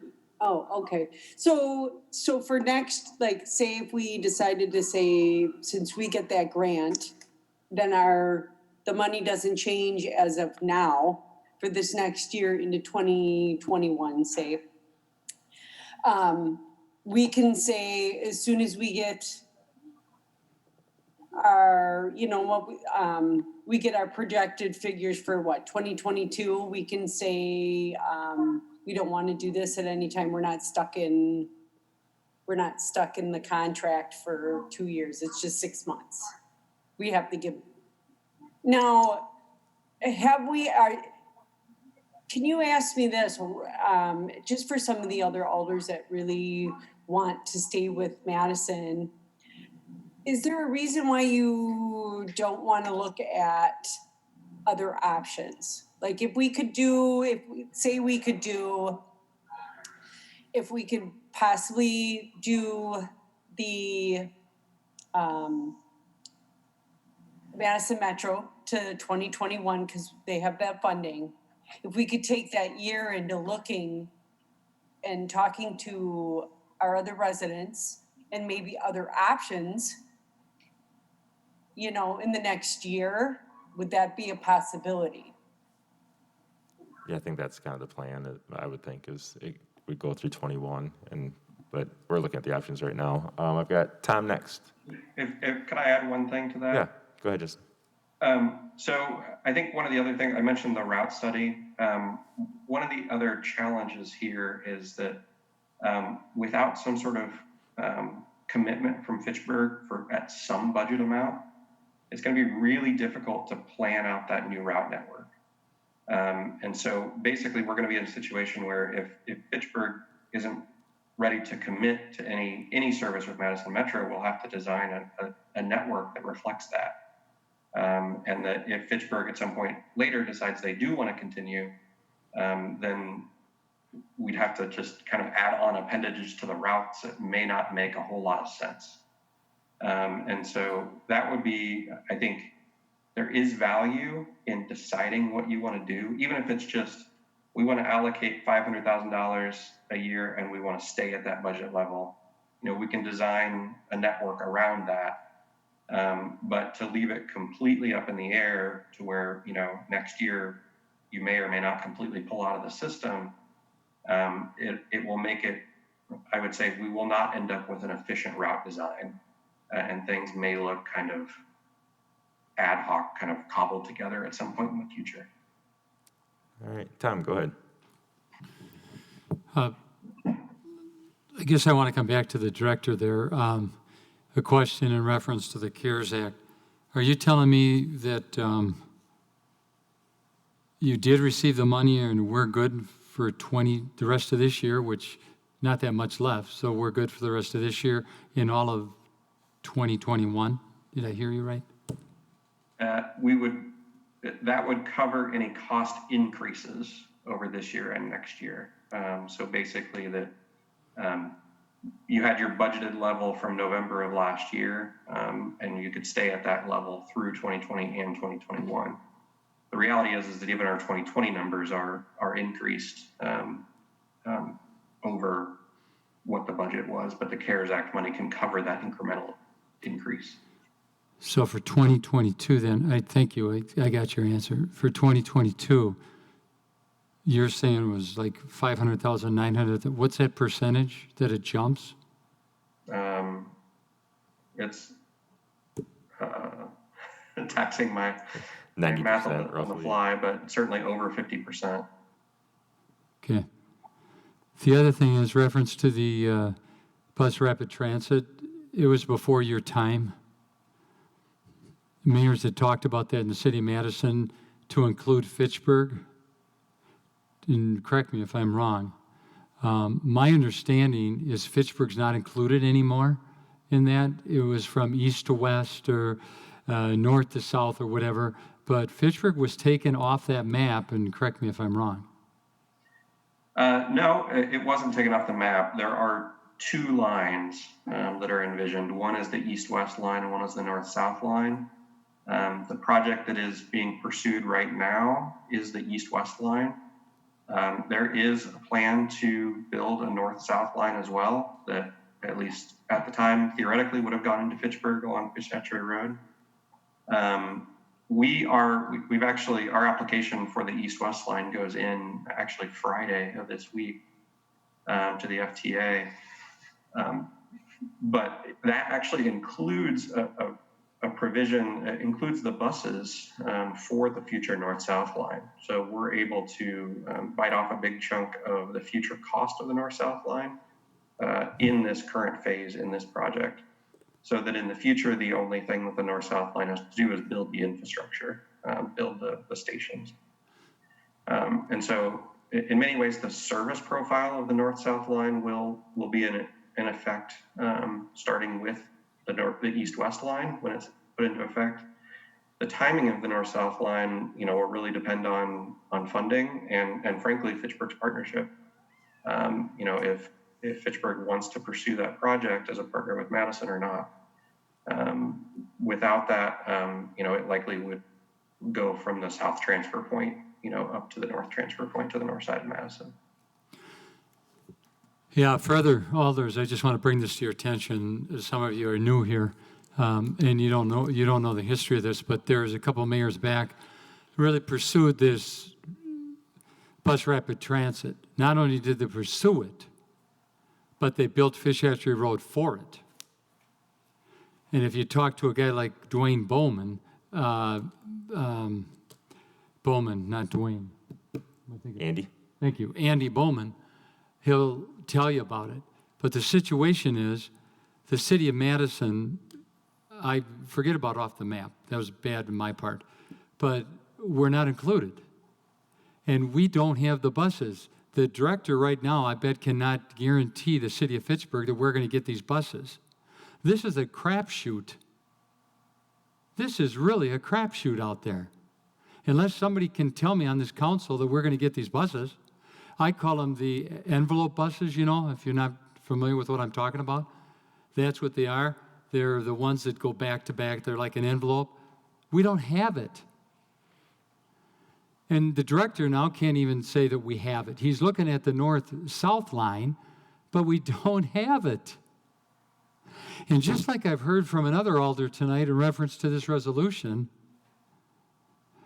how would you ever put anything out there when you don't know the cost? I want to work with Madison. I think it's good to do it, but 2020 right now is 2022 is a dark horse. Metro is very important to the city of Fitchburg. I get it. but you don't know the cost. So, as the mayor said, if we can come up with something better that fits the citizens, which I'm not hearing, that fits the citizens, why not look at it? In the city of Madison, we don't owe you anything, because we certainly have not, you don't keep our costs down. I can name alders ahead of myself that were furious how the cost of Metro has gone up to our residents out here in Fitchburg. And they don't care. Why? Because they have their expense, which I understand. I get that. I totally get it. You understand you have a building, you had COVID that was unacceptable, unexpected. I get it. But be careful here, folks. Be careful with a resolution like this. My question to you back is, what's the cost? 2022, you don't have a cost. You don't know what the budget's going to be. Right now, the budget stinks because we got no money. It's called no money. Show me the money. And I'm not even trying to write a movie. But we don't have the money. So this is going to get interesting as time goes on. And I'm sure the administrator is really hearing these words I'm saying, because he's heard what's going on in the city of Madison. And I have too. I guess I've lived here too long. Show me the money. In 2022, be careful. Be real careful. All right, Sarah, go ahead. Sure. I just want to say that I did think tonight was really informative and appreciate you coming in, Justin, without a doubt. But I guess I'm more leaning with Aaron that I'm just kind of confused as to the resolution as to what's being presented to us, because I think without a doubt, it's our responsibility to do our due diligence and make sure that we are offering residents the best option and prioritizing those that are using public transportation. So I completely agree. Madison Metro offers great service and it offers rides. There are routes where people want to actually go, and that's something we need to continue to provide.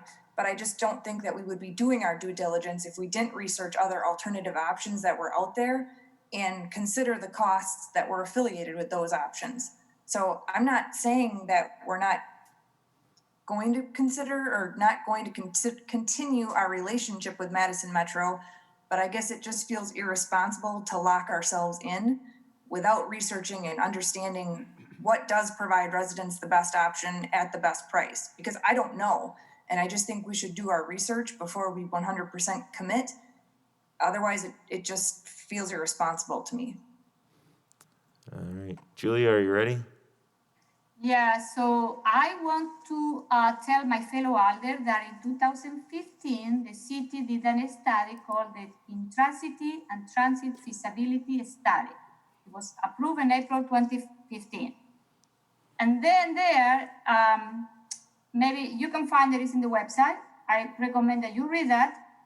The conclusion say that the fixed route service as cited in the Madison Area Transit Development Plan that merges some existing routes and connect them with east and west oriented service remains a promising option. So in that study, they are recommending continue working with Madison Transit. It was a study with 45, 50 pages long. So I will ask you to go and take a look at that plan.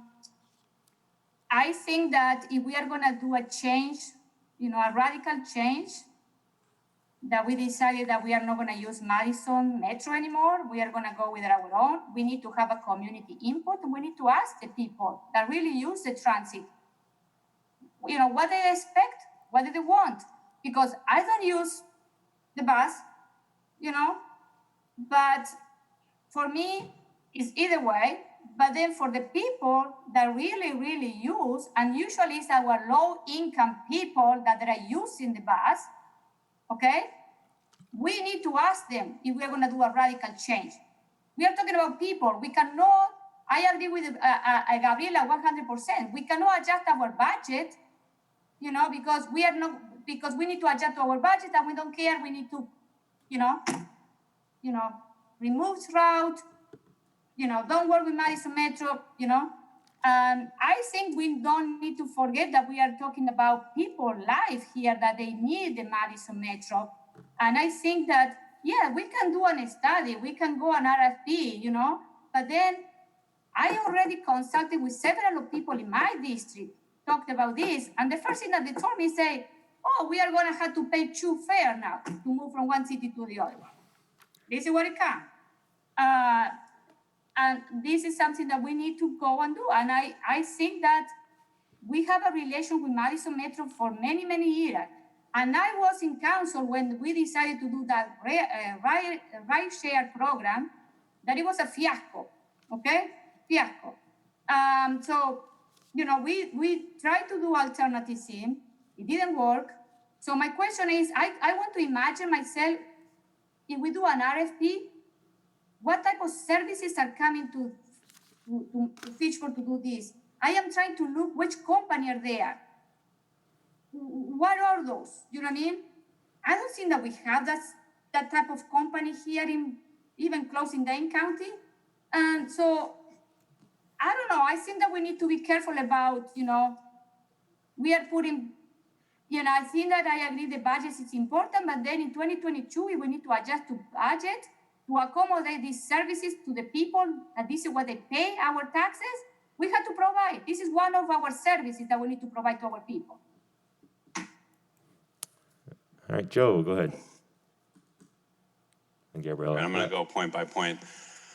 All right, so to Gabriella's question, I realize, yes, I do. I have relied solely on transit. I used to be a biker, and I biked all the time downtown when I worked at the university.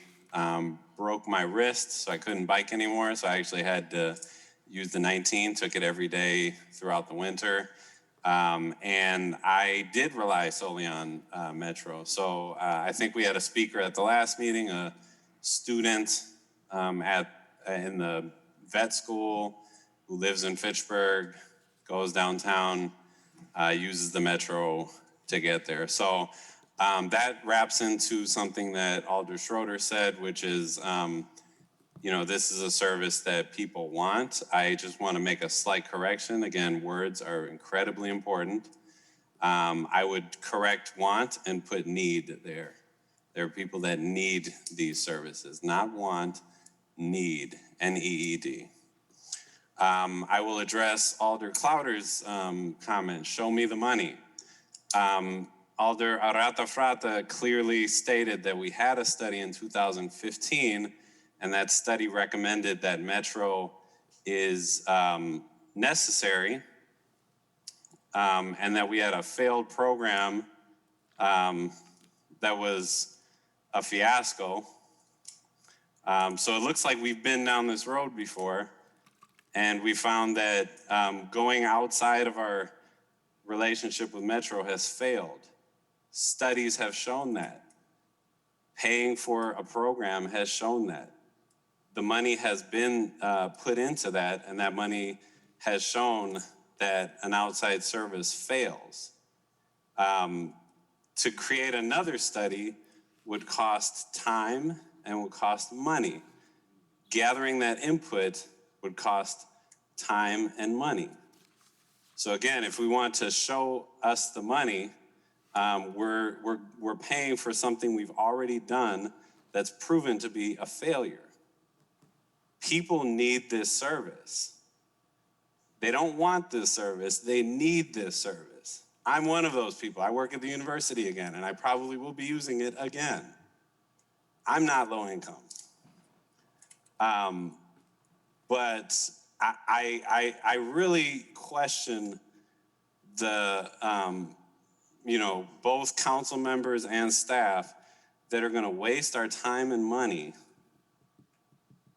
to look into whether we need something independent of this relationship to say, what's your alternative?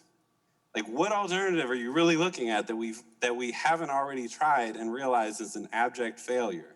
And we wouldn't even need to look into this, because I just know logically from looking at that 19 bus route that runs in and out of Madison and Fitchburg, that to create another system would not only be inefficient, it would negatively impact people's lives and their livelihoods.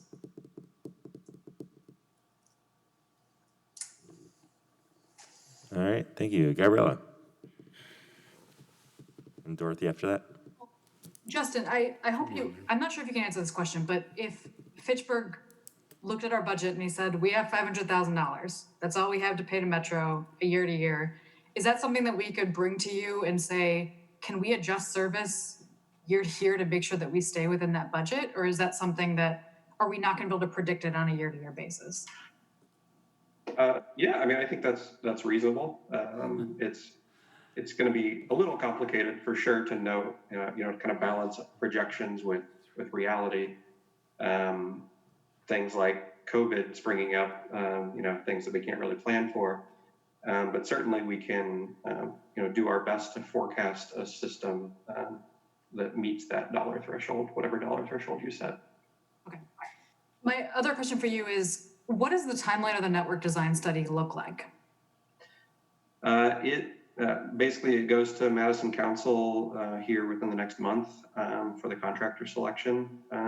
They go through a process basically the rest of the year of data collection and some kind of early just education on the process, with most of the real work and public involvement starting in 2021, basically extending through the year, through 2021. With the intent to, by the end of 2021, to actually have a new route network adopted by Madison Council as well as any of the partner councils that would go for implementation in the summer of 2022. At this point, I don't know exactly what that results of that network will be. I think there are a couple things that are important. One is improving some of the complexity of the system. For those of you who have used the system, it is extremely complex. There's a lot of different route numbers going a lot of different places at different times of day and days of the week. And so trying to clean some of that up so that it's not quite so confusing for the novice rider will be important. And I think there will be a robust discussion around the transfer points. Because while that does make it easier for folks to make kind of intra-jurisdictional trips, so like, a south side to south side trip or a west side to west side trip, it does mean that everyone from Fitchburg has to make a transfer to get downtown.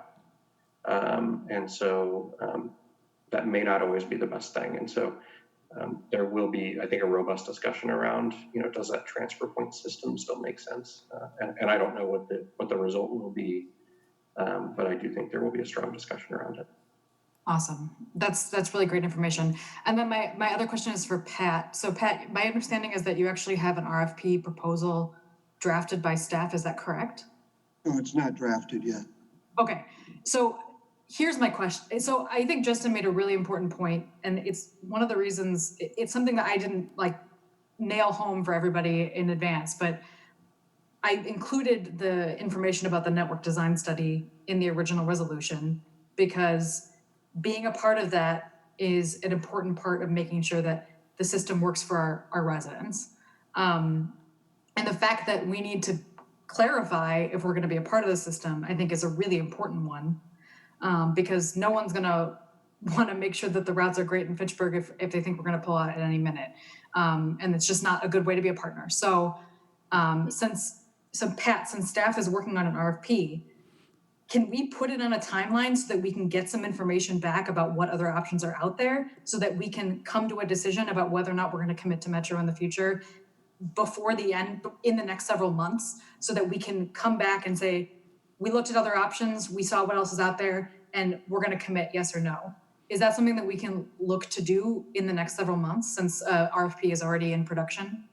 Yeah, what we'd like to do now, given the timeline change given to us by Madison Transit a week or so ago, knowing that we'll keep our same budget through 2021, is we would like to be prepared this time next year to present the council with something for the 2022 budget, probably prior to that, because we would need 6 months if we were going to go into a different direction. So, yeah, I mean, if the council, we're waiting on you guys right now to say, I mean, if you guys say that we don't want staff to send the RFP out, we're obviously not going to do that. If you say, yeah, let's see what's out there, we'll proceed. You know, we have everything in line to do that. I guess, so in my mind, I really don't think there's any other option besides staying with Metro, but I think it's pretty clear that that's where I stand. But it seems like there's some interest on from the other alders to look at other options. But my question is, can we do that in a more constrained timeline? Can you put out an RFP and then we can put out an RFP and then not actually take up anyone up on that? We could, Metro is the one we decide, right? That's correct. I mean, you guys can pick whoever you want.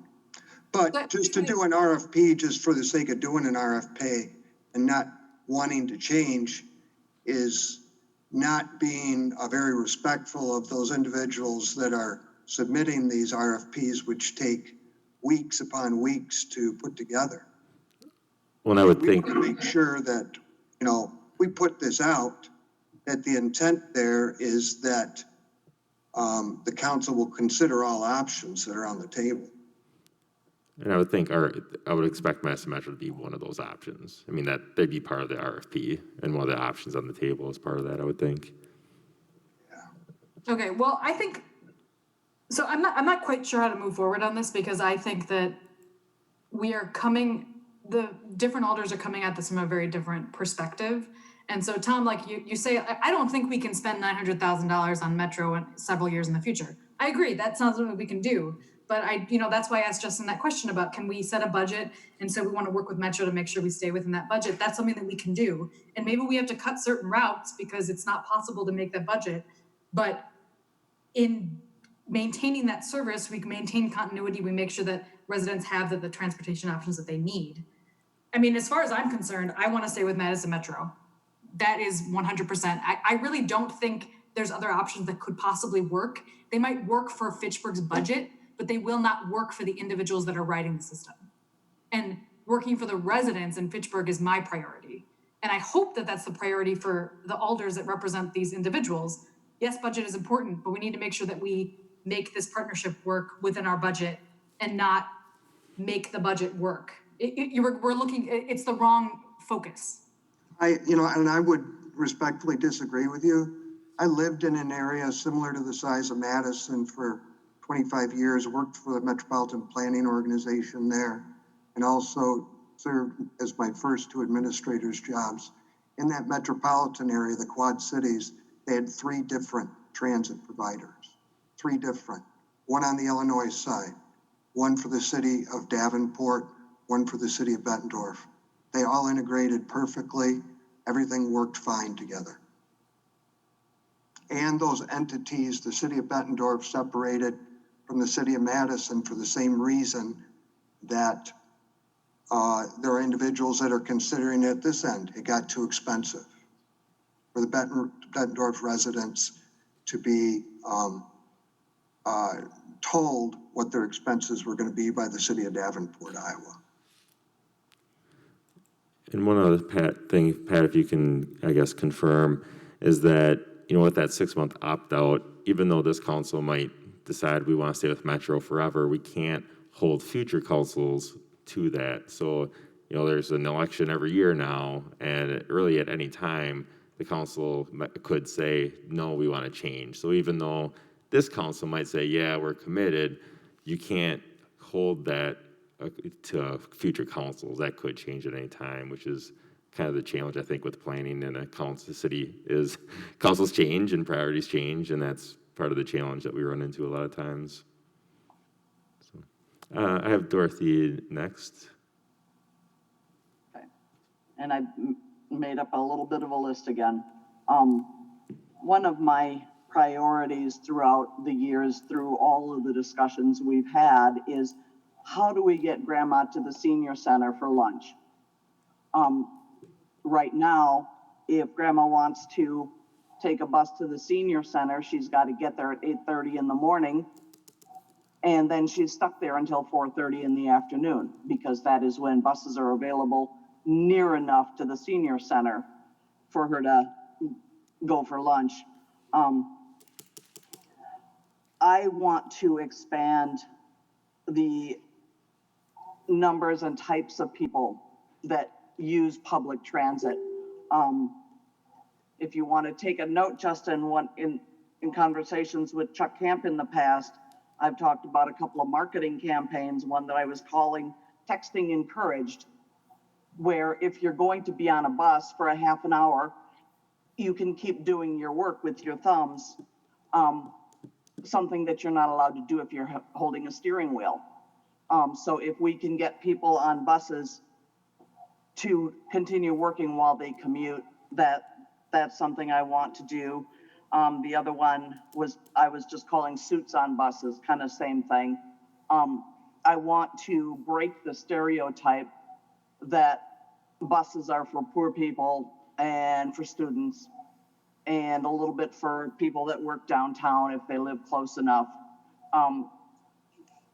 When we were looking at the last study that Julia referenced, I was kind of teasing Anna Bijak and saying we should look at putting a route through the Highlands of Seminole and see if some of the residents there would like to have access to a bus. Why can we not talk about routes that go through areas that are not just the poor people parts of the city? I really, I've been a big transit user for a lot of time, and if we can get people excited about being on buses instead of having to always jump in the car for everything you do, that's an ideal for me. One question for Justin is, are you guys probably going to stick to the old thing that says everything has to happen, every bus has to land at the transit point on the hour or half an hour, and routes are restricted to only being an hour or a half an hour long, and you got to work it around that no matter what period? That's always seemed to be one of the things that have really cut into our ability to do good planning. So I'd like to see that go away in the greater study. Oh, and what I call the longer buses, I call them bendy buses. The ones that they literally bend in the middle because they're like double long. And those have bike racks in the bendy part of it, usually. I don't know if the ones that Metro's looking at have, I assume they have onboard bike racks. Don't know if it's in the same location. Part of the prior experiment that totally bombed was that we said we have intercity transportation available if you go to a bus stop and pick it up from there. You can ride for $2. If you want us to pick you up at your house instead, that's another $2. If you want us to take you directly to your destination, that's another $2. So that's a $6 trip within the city of Fitchburg. I think they did go up to like the South Transfer Point or something, but that was, and a few people in the city made good use of it. Many of them senior center people that found a good way to get to the senior center relatively cheaply. I'm committed to finding good transit solutions. I'm not certain that what I've seen in the past I would call good solutions or workable solutions or anything other than sloppy solutions.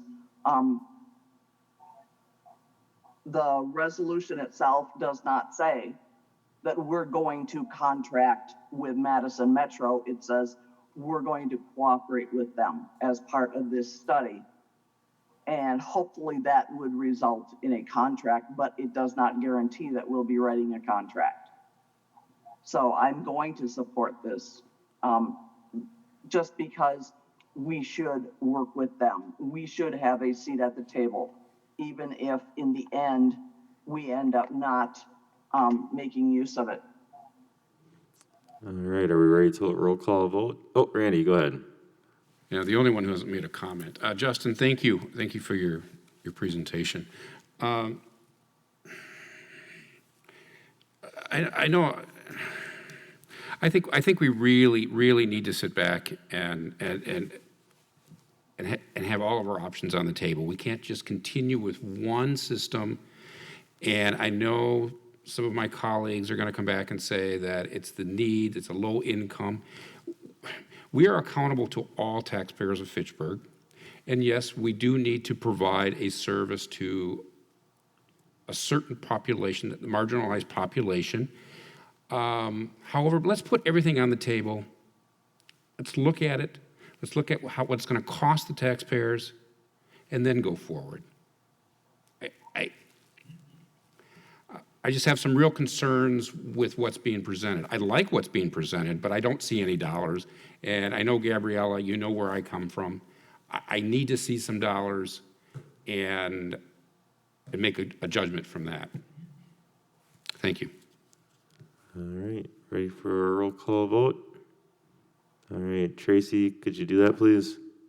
Alder Radafrada, Oh, we couldn't hear you, Julie. yes. Alder Clouder? No. Alder Gerhart? Yes. Alder Krause? Yes. Alder Maldonado? Yes.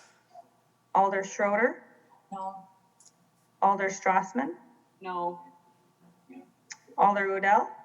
No. You have a tie vote? I'll say no. All right. Thank you for your time, Justin. Thank you so much, Justin. Really appreciate it. Thank you all.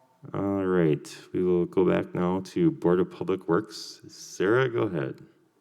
Okay, sorry. I'd like to make a motion to approve resolution R16120, approving certified survey request. Nope, I'm in the plan. Sorry. Board of Public Works. A motion to approve resolution R13920, approving the proposal award for the purchase of Fish Hatchery Road construction poles and fixtures. Is there a second? Second. All right, thank you, Shannon. Did Public Works approve? Yes. Did Finance approve? Yes. Okay, well, what is it, Sarah? This one, just as part of the Fish Hatchery Road project, the city was looking into 98 light fixtures that included lighting arms, banner arms, dimmable drivers. And when they went out to quote it, it was unfortunately higher than expected. And in order to bring the quote down, they actually proposed removing the flag holders on the poles and the decorative bases and lighting arms. That saved $118,000 from the quote. So as it stands right now, the bid is 13%, 13% higher than estimate. And they just plan on moving the construction costs from the construction contingency budget that they had pulled aside. All right. Any questions? Tom? Sarah, was there any discussion on this in reference to every other flagpole? I think that's important to put those banners out there because, you know, that's for the future. That's Christmas, Halloween. You've been to other cities where that's darn important. And Pat knows I'm going to ask him, is this within budget? He knows I'm going to ask him that. But I just heard it's 13% higher. But did you think about every other pole and come back and do it later and put the power in, but do it later then? We did not. I'm sorry. Oh, I'm sorry. I thought you asked me that, Tom. I know Bill's on the line and he can answer that. These are the flag mounts, not the banners that we're talking about, Alder Clouder. So the banner arms, I believe, are on the majority of the poles, aren't they, Bill? Yeah, the banner arms are on all of the poles, as well as the receptacles are on all of the poles. We could look at doing every other one, but that's a cost savings that we could look at. I'm sorry, Bill. I thought they were one and the same. I thought, the flag and you could put a Halloween or whatever it may be, I thought those are one and the same. Actually, it would mount a flag, an actual United States flag to the pole. And then there's also banner arms, and then there's the receptacles for the Christmas decorations. So That's, okay, I can't even believe I'm saying this. That's important to the city. That's important to this project. I think it's huge because it identifies Fitchburg, especially from people that are coming from outside in. And my point is, could you do every other one, put the power, whatever you have to do, like we did on other parts of Fish Hatchery Road, and they were put in later? Does that help? Maybe you talked about that, Sarah. I don't know. We didn't talk about alternating on the poles. Like Bill had said, it was the only things that staff elected to remove from the project were the flag holders, and so the banner arms would still exist, and the decorative bases and lighting arms. So the banners that were included within the initial project, as well as the receptacles, like Bill said, are still included. But we did not talk about alternating the flag poles, so I can't speak to that. I don't know, Bill, if you have any insight into that. we haven't put the order in yet, but it's something we can do. We would just put it all in, and that's a discussion that if you feel that we wanted to go every other poll, we could do that.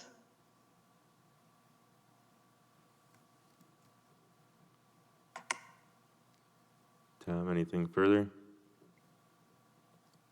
you want to propose anything? No? Okay. Yeah, let's propose that they take a look at that at least. And does that have to come back then, or can they just go ahead and do it? I don't know, Bill, would you want us to, I guess, approve of staff looking into it and then get back to us, or what do you think would be the right next step?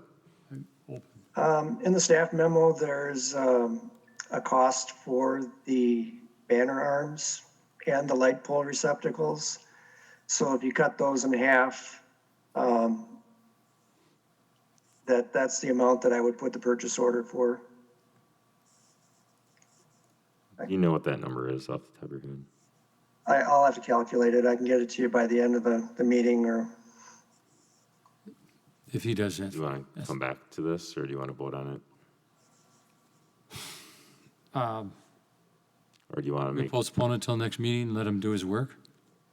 You mind if I jump in here? Yeah, go ahead, Pat. I think if it's less than a 25% or $25,000 increase, the council can allow staff to do that addition. If it's over 25, we would bring it back to the council. That's fine, that's good with me. Okay, so approve as is, and if it's under 25,000, staff will do it. Gabriella? I just want to clarify, so the proposal as it stands right now, we can still put the banners and we can still put the Christmas decorations up on them. Is that right? Yeah. Yes. So I mean, I guess I'm inclined to go with this bid, just given the fact that it's already well over budget, what was budgeted or projected, I guess I should say.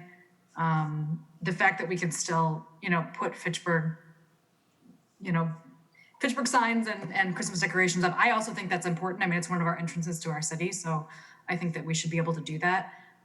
But given the fact that we can do both of those, I'm inclined to move forward with this.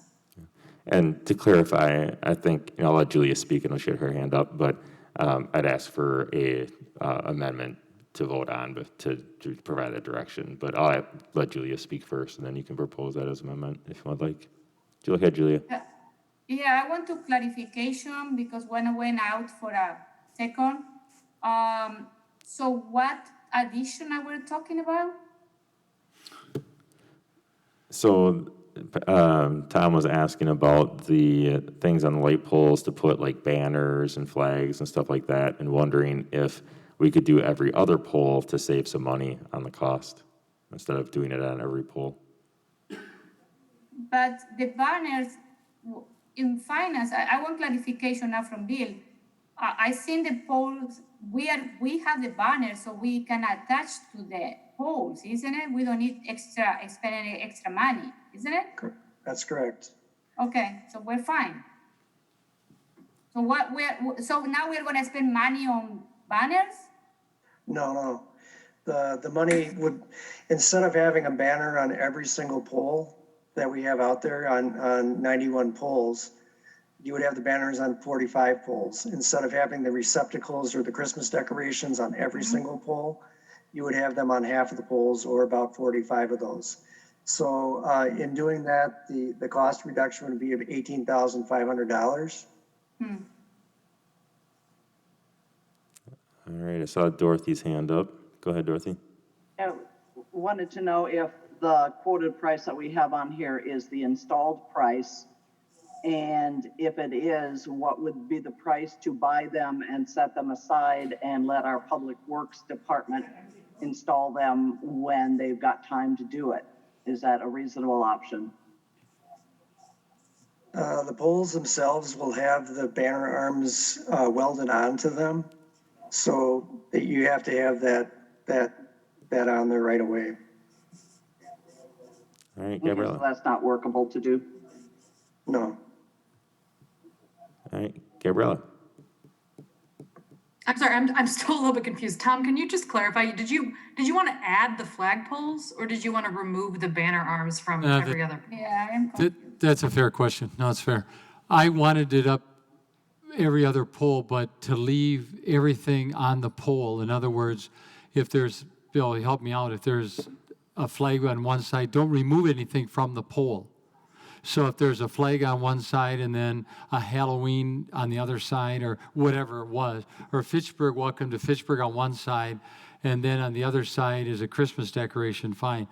If I'm understanding it right, is that right, Bill? You removed one of the brackets, maybe I said that wrong, but you removed one of the brackets, and I'm saying leave it all together and do every other pole.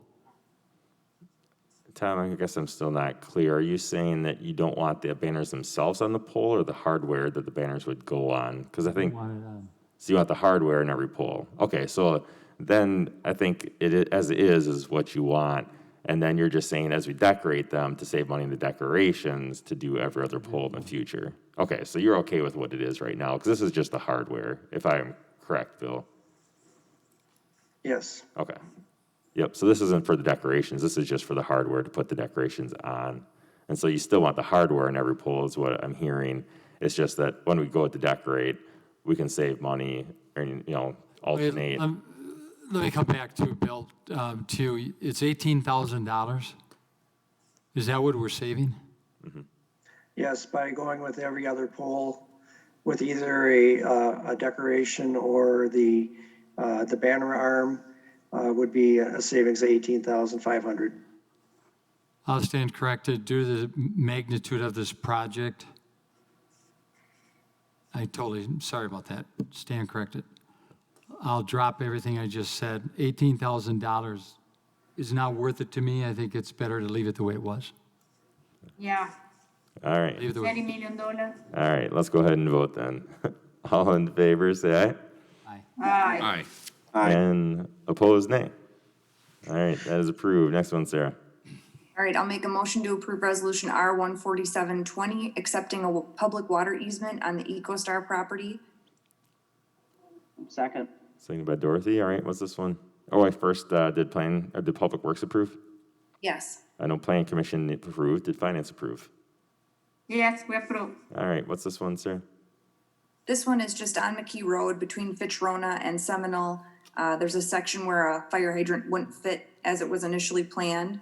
And so they're they worked with EcoStar to pay for $1,160 for an easement to fit the fire hydrant where it would work best with the road. All right, sounds like something we would want. Any questions? All right, all in favor, say aye. Aye. And opposed, nay. All right, that is approved. Next one. Make a motion to approve resolution R 15120, accepting a public bike path easement on Outlot 1 of CSM 15162 in Nine Springs. Second. All right, did Public Works approve? Yes. And I know Plan Commission approved. What is this one? This is just a bike path was planned between East Sherrill and Central Park Place. And it's a multi-use path connector that was known to be included in the future. And this is actually kind of our drawing that shows exactly where it's gonna go in, that they were able to construct the path at this point. All right, any questions? Yeah, Julia. Who is paying for the path? I'm not That's sure. the developer. Okay. All right, anything else? All right, all in favor, say aye. Aye. Aye. And opposed, nay. All right, that one is approved. Next one. Make a motion to approve resolution R 15220, approving the addendum to the Economic Development Partners Contract approved in resolution R 1319.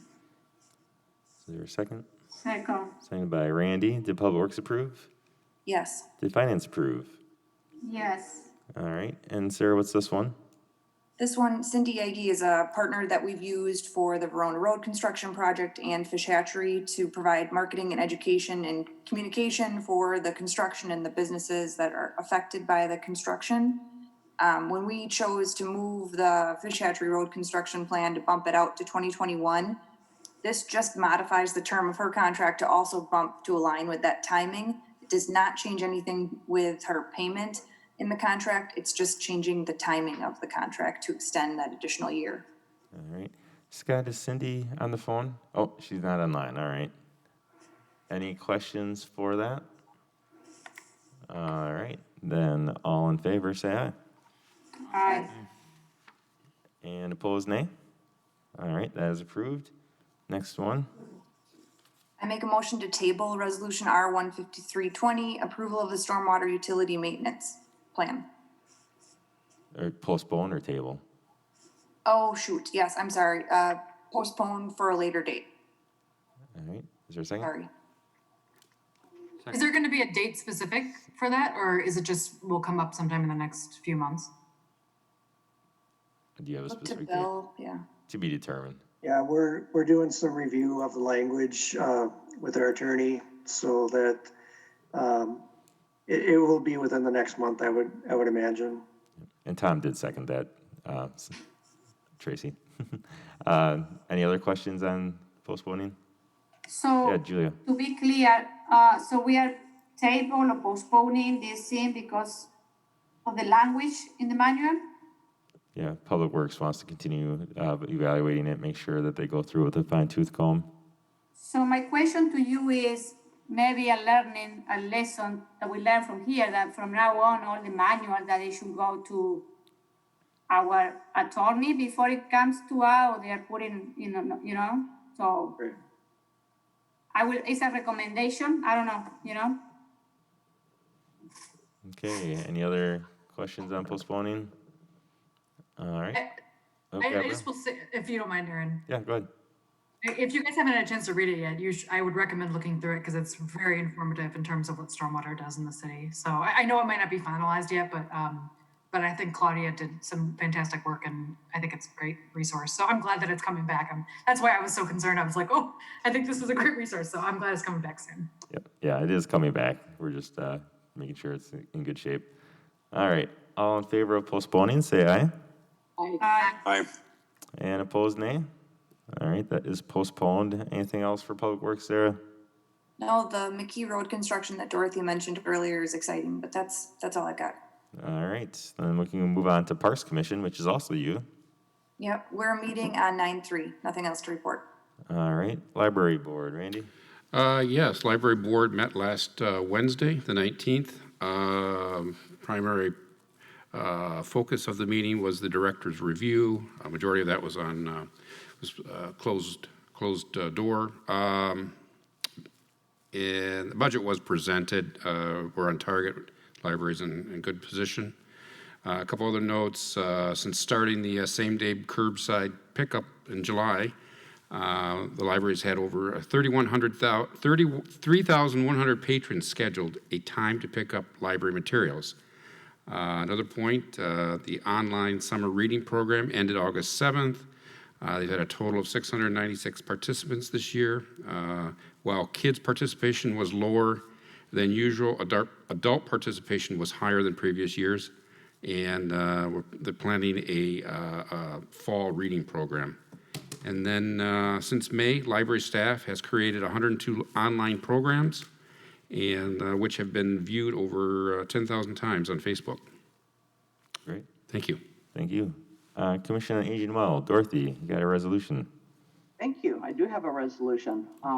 Move to approve resolution R14620. It's CPC course affiliation agreement. Is there a second?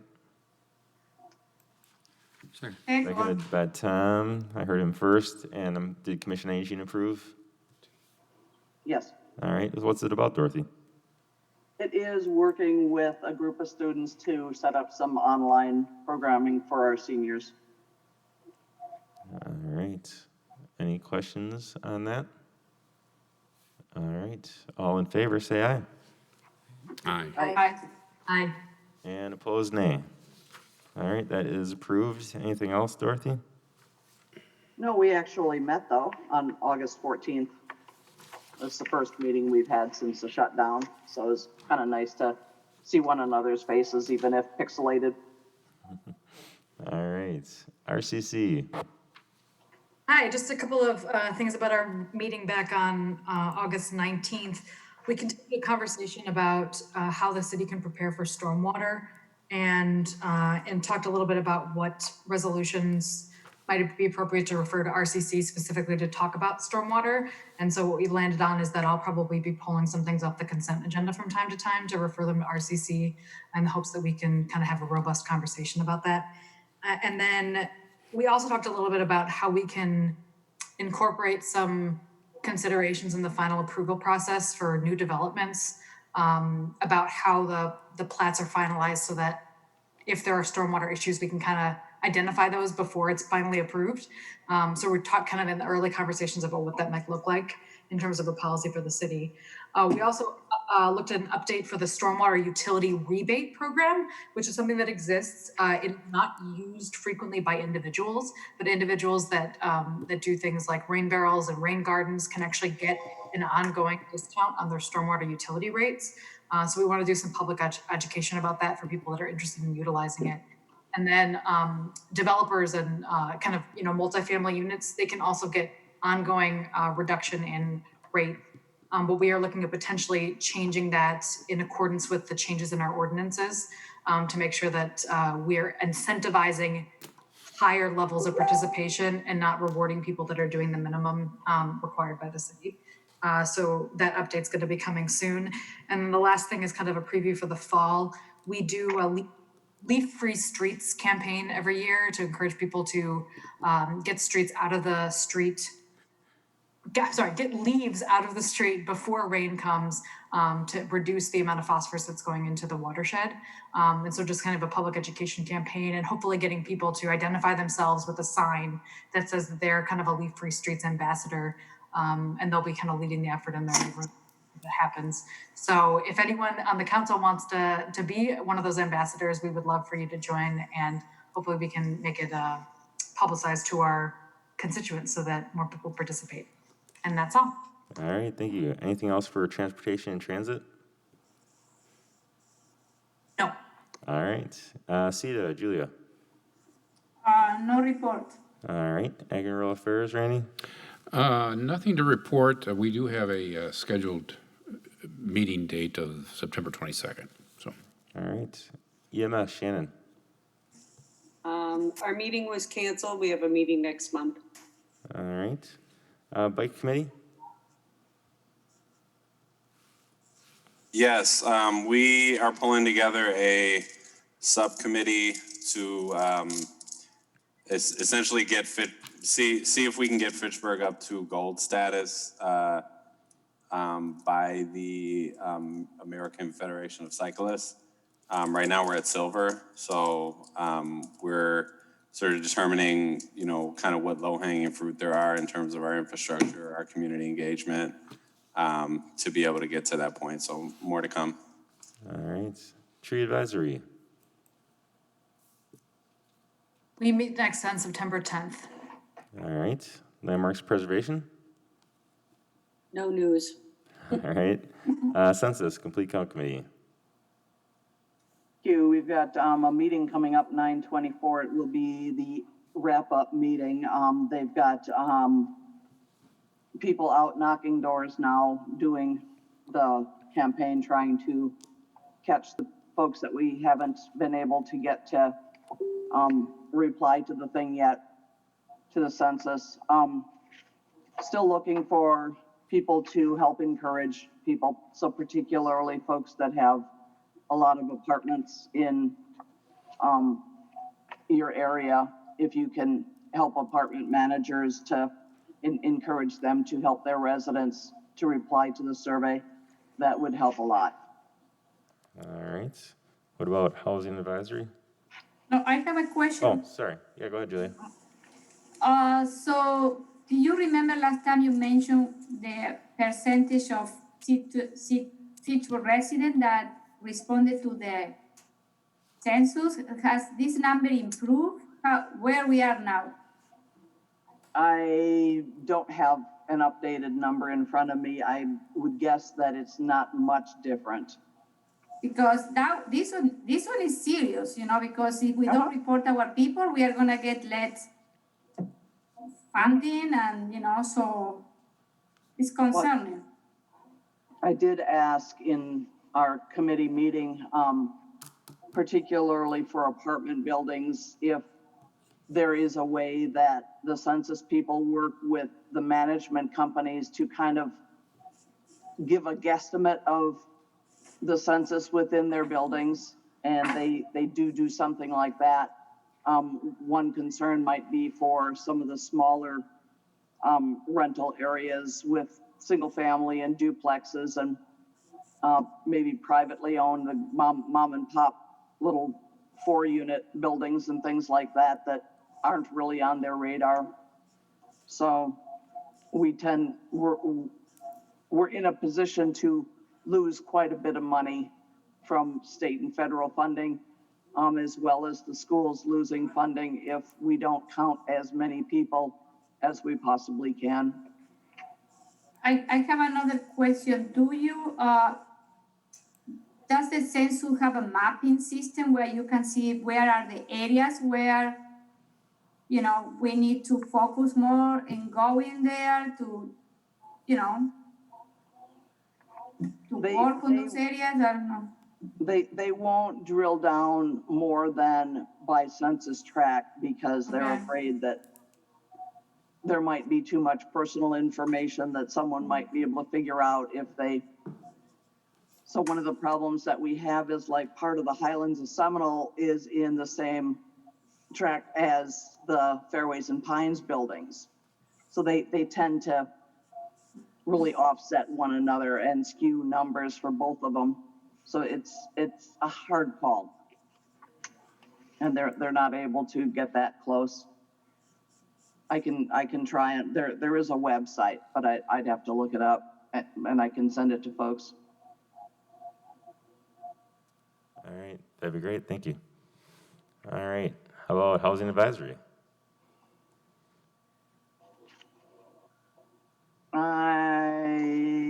We've got our thing coming up for the committee of the whole. Yep. So that's probably the announcement for that. Other than that, we haven't met. There's been no action. All right, how about healthy neighborhoods? Also talking about that tomorrow. And I've got a no report on this. All right, sounds good. Finance committee, Julia. Oh, you're on mute. In the Finance Committee, we review the detail of all check issued, check number 121057-121125, dated August 1st to August 15th. 2020 totaling $891,830.51. That's it. All right. Then we discuss another resolution that they are coming through different committees. All right, excellent. Personnel, Dorothy. Thank you. No report, but if Gabby wants to take up the resolution, I would certainly allow her to do that. I would actually like to postpone this till the next council meeting. Okay. So So I make a motion to postpone till the first meeting in September. Is there a second? Okay. And I can probably second it, right? All right, sounds great. All right. Any further discussion? All right, all in favor of postponing, say aye. Aye. Aye. And opposed, nay? All right, that is postponed. And public safety, Sarah? Make a motion to approve resolution R14320, authorizing a contract to update the police department policy manual. Is there a second? Second by Randy. Did public safety approve? We actually chose to defer to council. All right, what about finance? We approve it. Approved, all right. Would you like Chief Brecklin to speak to this, or would you like to speak to this? Chief Brecklin. All right, that's what I thought. Go ahead, Chief. Good evening again, everyone. I think I've seen all of you in either of the two committee meetings, other than maybe Alder Clouder might have been the only one I have not seen so far. So I apologize if I duplicate the efforts that I've done on either of the committee meetings, but in order to cover the issues, I thought I'll repeat what I said at the Finance Committee and give a quick overview here. So historically, the department has used its own personnel to attempt to revise its policy and procedure manual cover to cover. And we have found that we, due to limited personnel resources and time and significant competing interest for those personnel resources and time, have been unable to conduct a cover to cover review and revision of our policy manual. We have prioritized mandated policies by state law and have many other policies on our manual as well. Again, however, we have not been able to do a cover-to-cover review and revision. So we've been evaluating our options for quite some time, how to best proceed with that full review and revision, and have come to the conclusion that we need to outsource that review and revision. And in order to do that, it's going to, in our opinion, require the use of an outside vendor to capture that process, put together timelines, that process, as I mentioned, to conduct the revision. And then most importantly, they will be able to continue to provide ongoing updates to that manual in an effort to keep us always up to date with state, federal law changes, any changes in case law due to court rulings, and then obviously any changes to best practices. So again, we stay current. We have recognized as an example where our policies are sound for the most part during our most recent review of our use of force policy in light of the George Floyd incident in Minneapolis. You'll probably recall that I sent all of you a link to our website where we identified our use of force policy and components of that policy as it relates to the 8 Can't Wait campaign, which is being offered as one of many solutions to reduce police use of force in our country. And if my recollection serves me correctly, our policy already had 6 of those 8 components in it. But we were lacking in a couple of components, specifically the duty to intervene. Although we train on that concept, it was not specifically stated in that language in the policy. And also, I'm drawing a blank on the second one at this point in time as far as what the other component was. But ultimately, the point being is that while we were there very close to having all 8 components, it emphasized the need to constantly stay on top of policy and ensure that we are out there reflecting best practices in our policy language. So we've looked across the options. There are options out there that offer partial solutions. Those solutions typically involve a platform to house your policies, distribute those policies, test for comprehension by the officers of those policies. But they don't typically offer the added benefit of policy development and or revision service, ongoing updates to the policy manual, and then a training component that's related to the policies that you have in your manual to ensure continued comprehension and application of the policy in the correct format.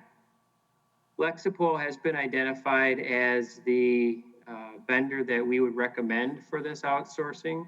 Lexipol is a national company that has an extensive experience in police and public safety policy manuals. They have over 4,000 clients in the United States and approximately 140 clients in Wisconsin currently.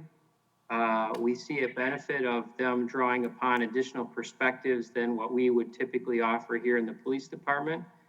Historically, the police department has authored its own policies, reviewed its own policies, and made the revisions to those policies. And quite frankly, I don't think that model is a sustainable model. One, because of the personnel resources that are out there.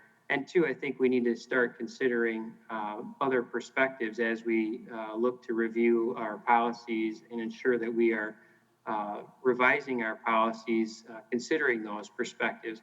Those perspectives include subject matter experts that Lexipol would bring to the table, legal experts, and risk management experts. Additionally, I do believe that we would look to incorporate community input process into this project if it is approved by the council. I think that's also another component to this process that needs to be evaluated and considered, and to bring those perspectives into the conversation as well. Again, that's also, I didn't mention this earlier, but that is one of the recommendations of President Obama's 21st Century Task Force report on policing.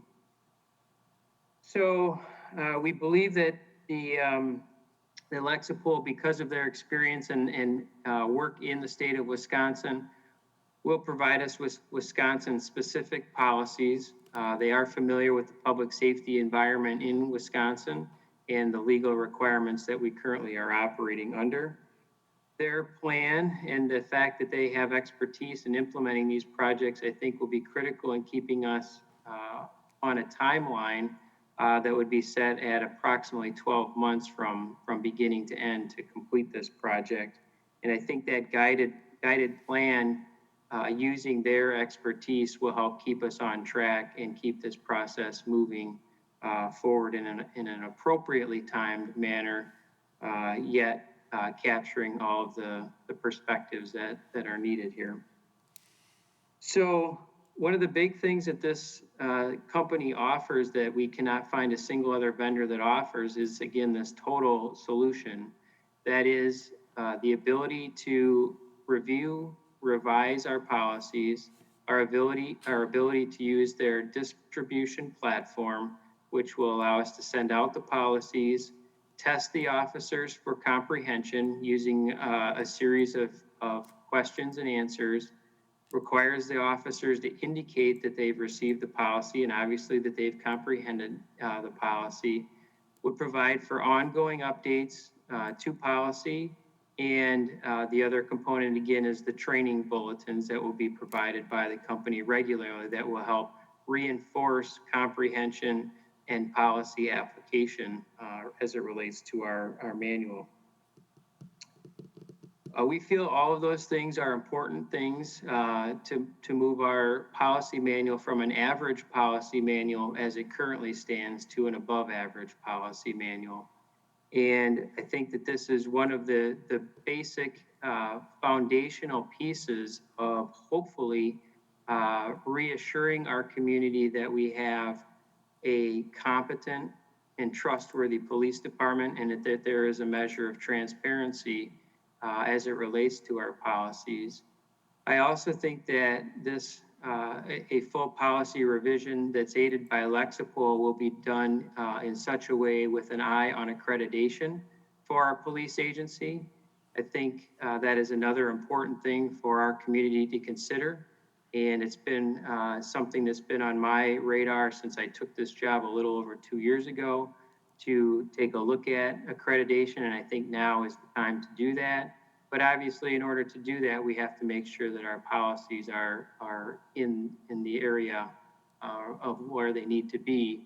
And again, if this project is approved, we'll be looking to revise our policies with that eye towards accreditation so that we're already setting ourselves up to hopefully minimize that time commitment it would take to become an accredited agency in the state of Wisconsin, of which right now there are only approximately about 40 fully accredited agencies in the state right now out of about 300 law enforcement agencies. So clearly using an outside vendor is going to reduce the personnel cost and time that's associated with this. Our city's insurance company is likely to be on board with utilizing a vendor, or at least ensuring that our policies are up to date and reflect contemporary best practices in policing. Clearly, in past conversation with our city's insurance company, they most certainly support accreditation. And again, this piece is laying the foundation for that. So basically, to summarize, again, I think this is an opportunity for us to improve our police department, improve the way we do business, bring in additional perspectives on our policies, and look to set us up for accreditation moving forward. All right, thank you, Chief. All right, questions? Dorothy, go ahead. I can go ahead and lead it off. Chad and I talked, I've also talked with a few other people.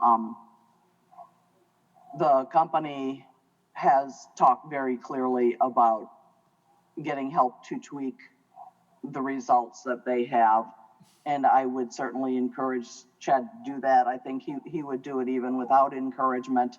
But what I had proposed to him is that we talk about setting up an ad hoc committee using professionals in the fields that work with residents that tend to have police interactions, so that we know,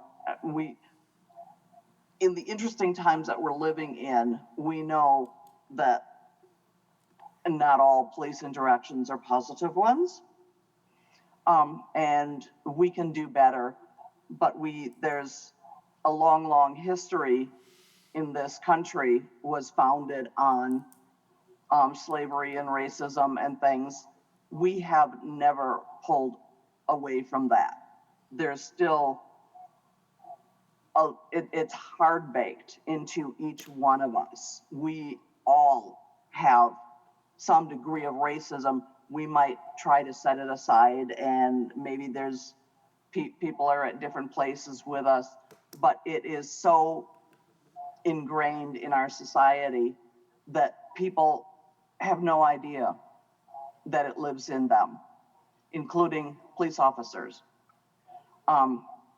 So one of my biggest reasons in wanting Chad to be able to have a committee of people that work with people that they have interactions with is that so they can help one another to learn such a myriad of issues. And I would really love the city to, in itself, do a lot more work on understanding the history of this country. Dorothy, I'm sorry to interrupt, but it's 10:30, and we need to make sure that we're talking about the actual thing on the agenda, which is authorize a contract to update the police department, and that's all great stuff, but we need to make sure that we're staying on task. Thank you. Well, what I told Chad is that I'm willing to support this but I want to be sure and be very clear that it's going to meet our needs and be the very best thing for all of the residents of this city. And for me, that means rolling in a process of community involvement in it. All right, thank you. Anyone else have comments? Julia, go ahead. Sarah after that. Yes, we, in Finance Committee, we discussed this topic for a long time, I think half an hour or more. I don't think that we need to bring all the issues that, well, my question back, because there were a lot. I have an answer from the Finance Committee meeting, but I want to summarize what I would like to see in this report is community outreach and input. And I would like to be an inclusive policy manual, you know, that it reflect the Fitchburg Police Department values. All right, thank you. My other concern was the $17,000 annual subscription that we need to pay in 2022. And I asked the chief what that $17,000 reflects, or what we are buying for that $17,000. That one is kind of expensive, that we need to budget from starting in 2022 in the police department budget. So, but this is an additional fee that we need to consider that, but it's going to be part of this platform. All right, thank you. Sarah. Yeah, I should have mentioned this earlier. I apologize, but just for clarification, public safety did choose to defer just because of lack of time. So sorry I didn't give that information right away up front. And just for my own comment, the one question that I had wanted to ask in public safety, Chief actually hit on, where I was curious if community involvement would still be included, and you'd said that that would be. And so I feel as though I understand that this has to take a lot of staff time. So I support the initiative, and I'm really happy to hear that community involvement and input will still be included. All right. And yeah, Gabriella. Yeah, I feel like I got a lot of my questions answered in finance. I generally, when I first started reading about this, I wasn't so certain, but the more I looked in, more that I read about read the proposal a couple times, and I realized that, having that online access to the policy and those ongoing trainings, in my opinion, is very valuable. And I think it could be great for the department, in my view. And I trust your assessment of that. I also, in terms of making sure that we involve the community, and also making sure that you all are holding yourselves to the same standard you always have, which is higher than normal. And I'm confident after having these conversations that that's true, and that this policy update is an important process that we need to go through, especially so that we can look towards accreditation, but that, it's not the end all be all, and we still can, FPD can still hold itself to a very high standard, which is very clear to me already. That's what you do. And I acknowledge you for making sure that happens in the department. So anyway, I'm definitely supportive of this, and I look forward to the community engagement process. But I think on the whole, this is a great move for the department, and it's going to be a good way to make sure that things are consistent. So, All right. Thank you. I have Randy and then Joe. Yes, I discussed or made several comments as well during the Finance Committee meeting, but I need to reiterate that I've seen a lot of organizations through my time. I've worked for a lot of organizations, and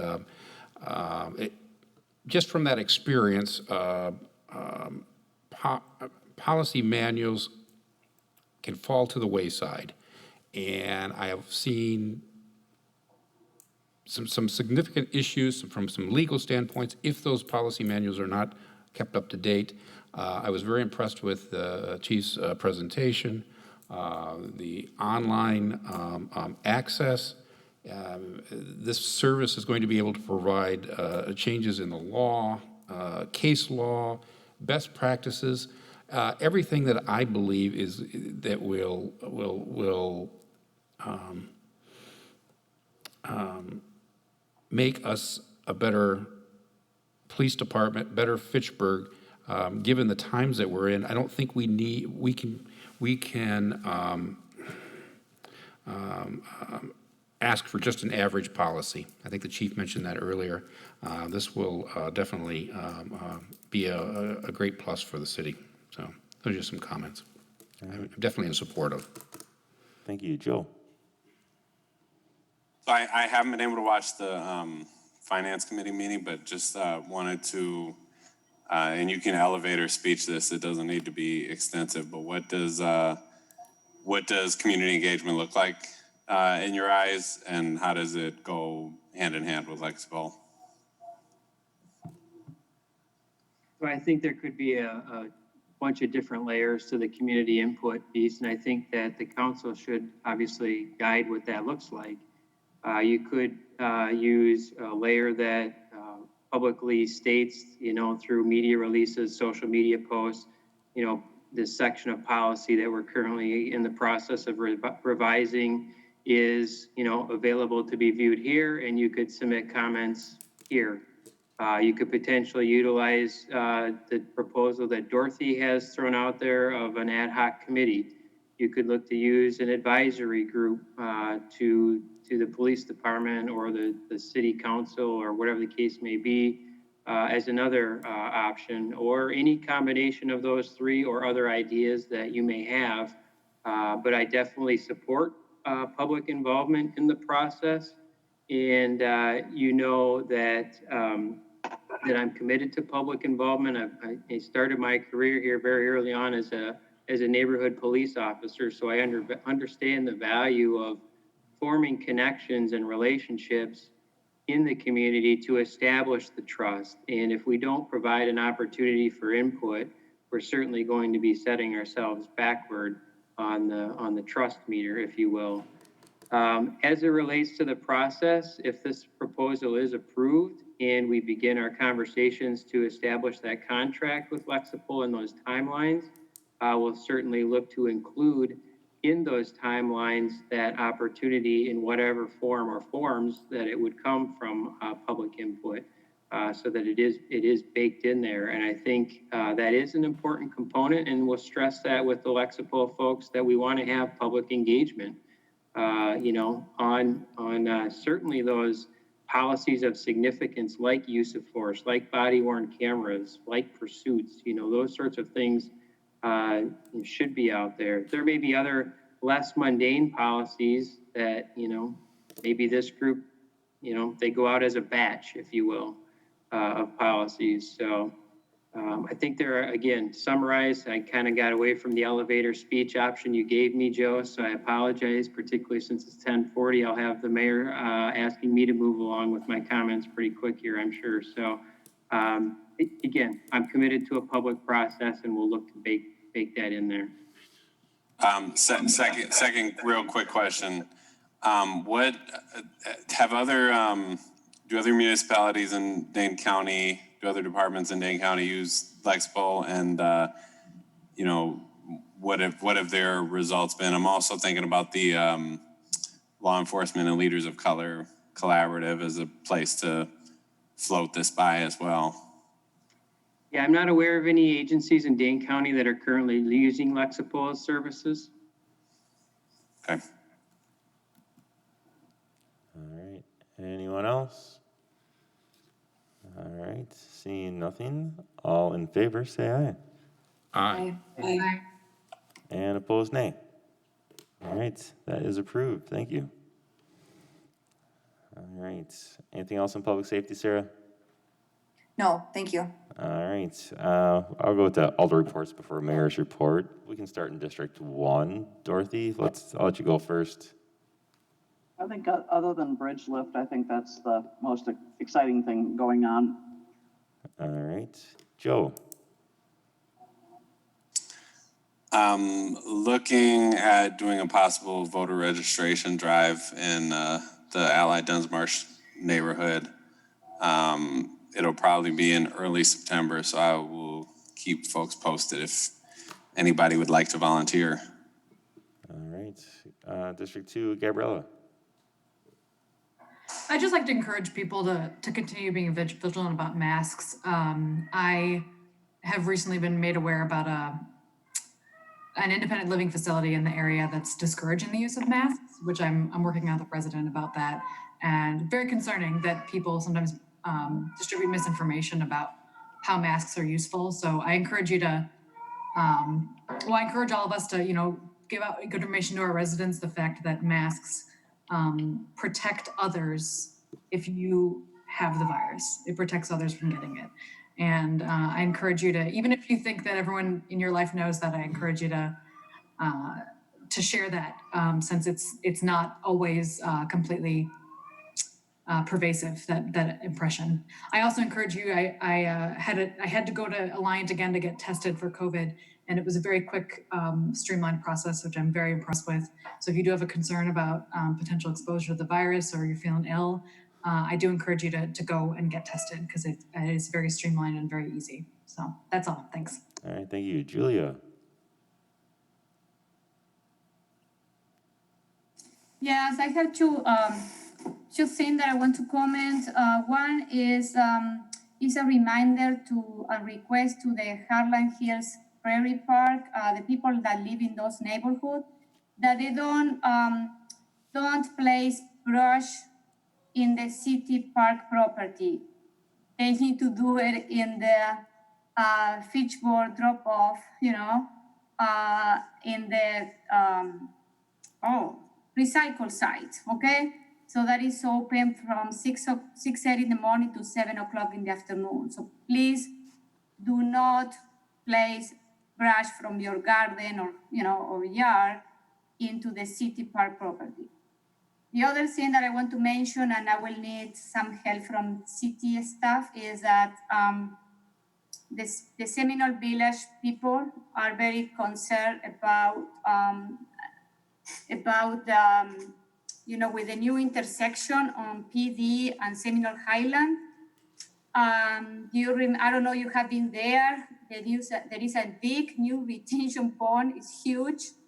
I have been there several times looking at the construction, and they remove a lot of trees, plenty. But then in doing that, we remove some of the trees that they have some fence and protection from the condo that they look at the pond. And then these people are asking us if we are planning to replace a tree, because there was a meeting way back that I went, and I think Dorothy was in that meeting too, that the city promised them that they were planning to replace a tree. Because the tree does a couple of things. One is, it provides you with some privacy, and also is mitigate the noise coming from the intersection.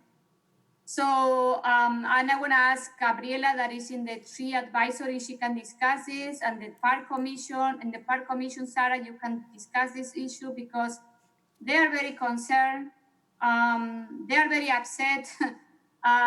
So they want some solution. Is what we are planning to do to mitigate the noise, and how to help the privacy. We are going to replant all those trees. I know it's going to take a couple of years to grow, but at least, we are doing something. And they also mentioned that they have sent a couple of emails to the city, and they have no response. So people, please.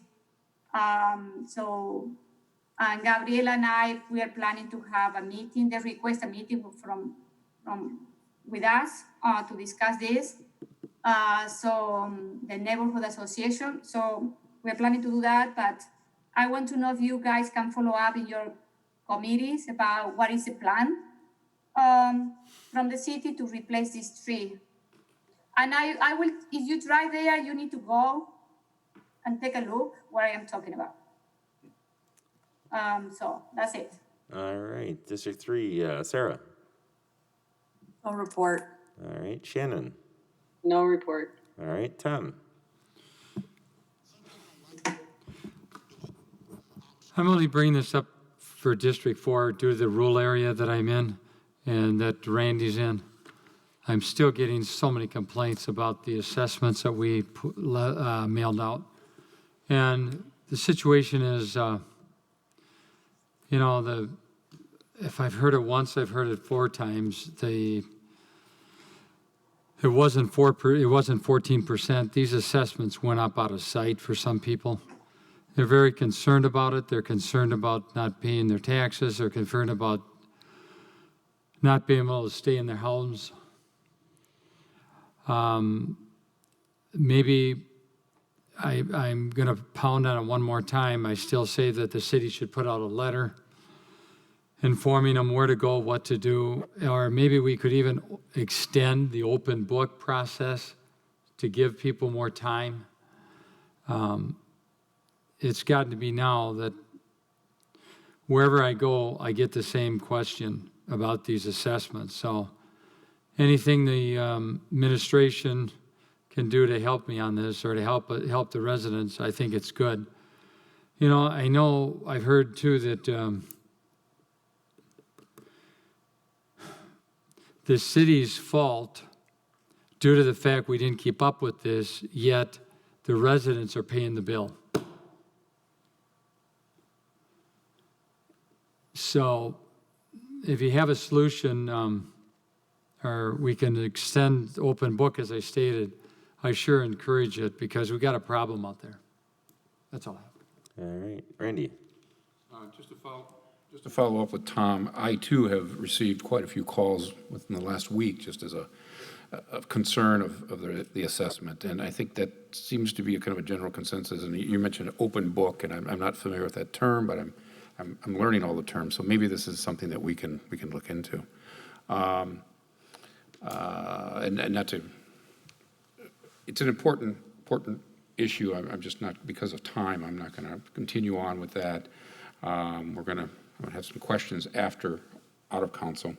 But one other topic, it was brought to me from a member of the Fitchburg Senior Center Friends. Next, Wednesday, September 2nd, Benvenuto's is giving 25% of their profits directly to the Friends. That's Wednesday, September 2nd, lunch, dinner, 11 a.m. to 9 p.m. So if you're looking for a place to dine out, curbside, dining room. I don't think online works, but you must say that you support the Fitchburg Senior Center Friends, and 25% of the profits will go to the Friends. Thank you. All right, thank you. Just a couple of quick things. I know there's a number of residents at the beginning of the meeting that were asking for us to do something about the Dane County Public Health. I don't plan to do anything, but if you have interest, give me a call in the next few days and we can talk about it. But at this point, I'm not planning it, but give me a call if you have any interest in that. And then also just kind of a reminder that our staff are extremely busy right now and trying to keep up, dealing with COVID. And just kind of trying to remember that as you're asking them to do things and, going through PAT as much as possible. And then was also just asked to just kind of a reminder, helps to have a reminder every once in a while, just be careful about open meetings law and just being careful about how many people you're talking to and emailing about different issues. So just always something to keep top of mind. And we can move on to unfinished business, which is nothing. New business. Tracy, would you like to do a quick update on 2020 elections? Yes, I'll give you a quick update. 2 weeks ago, we had our August 11th election. It went very smoothly. We received many compliments from election observers as well as voters who felt comfortable and safe coming to the polling location. As of today, I haven't received any reports of COVID from election inspectors or voters. City participation was at 34.5%. 1,021 people came in person to vote, including 107 residents that registered at the polls. We're now working and focusing on the November election as we move from one election right into the next. And we are collaborating with the City of Madison on a voter registration drive, and they're deeming it Voter Registration Day on September 22nd. We're looking at various areas around the Madison area and the Fitchburg area to have this voter registration drive. So Joe, if you're looking for any information on that, or if you want to be included on that information, let me know and I can certainly include you. And I just want to reach out to all the alders. If you ever have any questions or just want to talk to me about election processes or anything like that, I'm always here. So doors are always open. So thank you. Yeah, please include me, Tracy. You bet. And Tracy, I believe you told me too, you're still getting lots of people requesting their ballot be mailed to them for November, correct? We are. We're having better, I think I had about 542 absentee ballot requests from the day after the election up until yesterday. And we've also had people calling to cancel their absentee ballot request due to problems with the possible mail system and not trusting the mail system. So they want to come to the polls. Okay, Randy. Just one question, Tracy. Are you still accepting volunteers for, or not volunteers, but poll workers that want to sign up? Absolutely, yes, we certainly are. Okay. The other reason I ask is that somebody approached me today and mentioned that his wife wanted to sign up and she wasn't able to. So I gave him to give to her your number. Wonderful. Thank you so much. Yeah, So, okay, thank you. I'm sure that we still need lots of people for November, so make sure you keep plugging that in your networks. All right, then going on to Director And can I ask a question to Tracy? Oh, sorry, yeah, go ahead.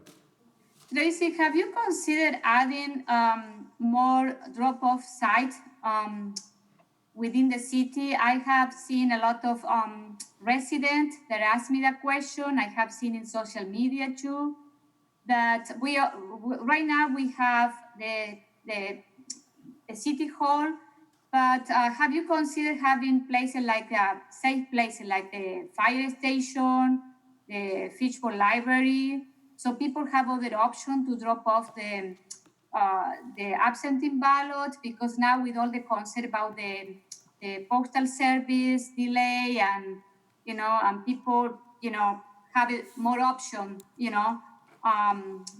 in the city to do that. Have you considered doing that? Yes, I'm glad you asked that. I have reached out to some of the other municipalities to see what they have been doing for drop boxes in their surrounding communities.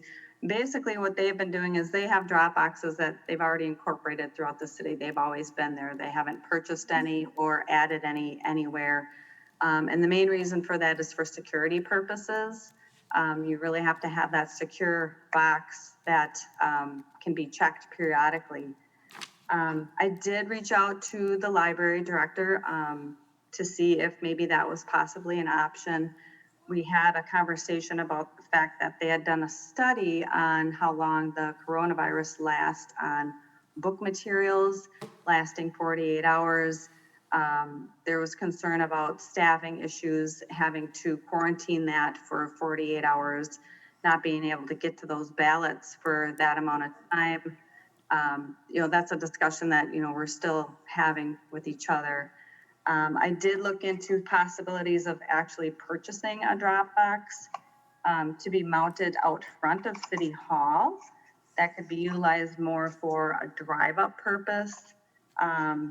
The cost of that is one of the other municipalities had purchased one, and the cost of that is looking at around $2,029 to purchase that.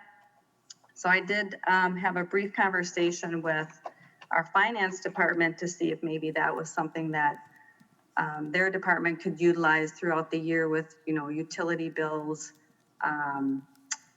property taxes. Is it something that we can use for pet licensing? So yes, I am researching possibly getting another drop box somewhere located around City Hall here. Yeah, but basically more for a drive up type.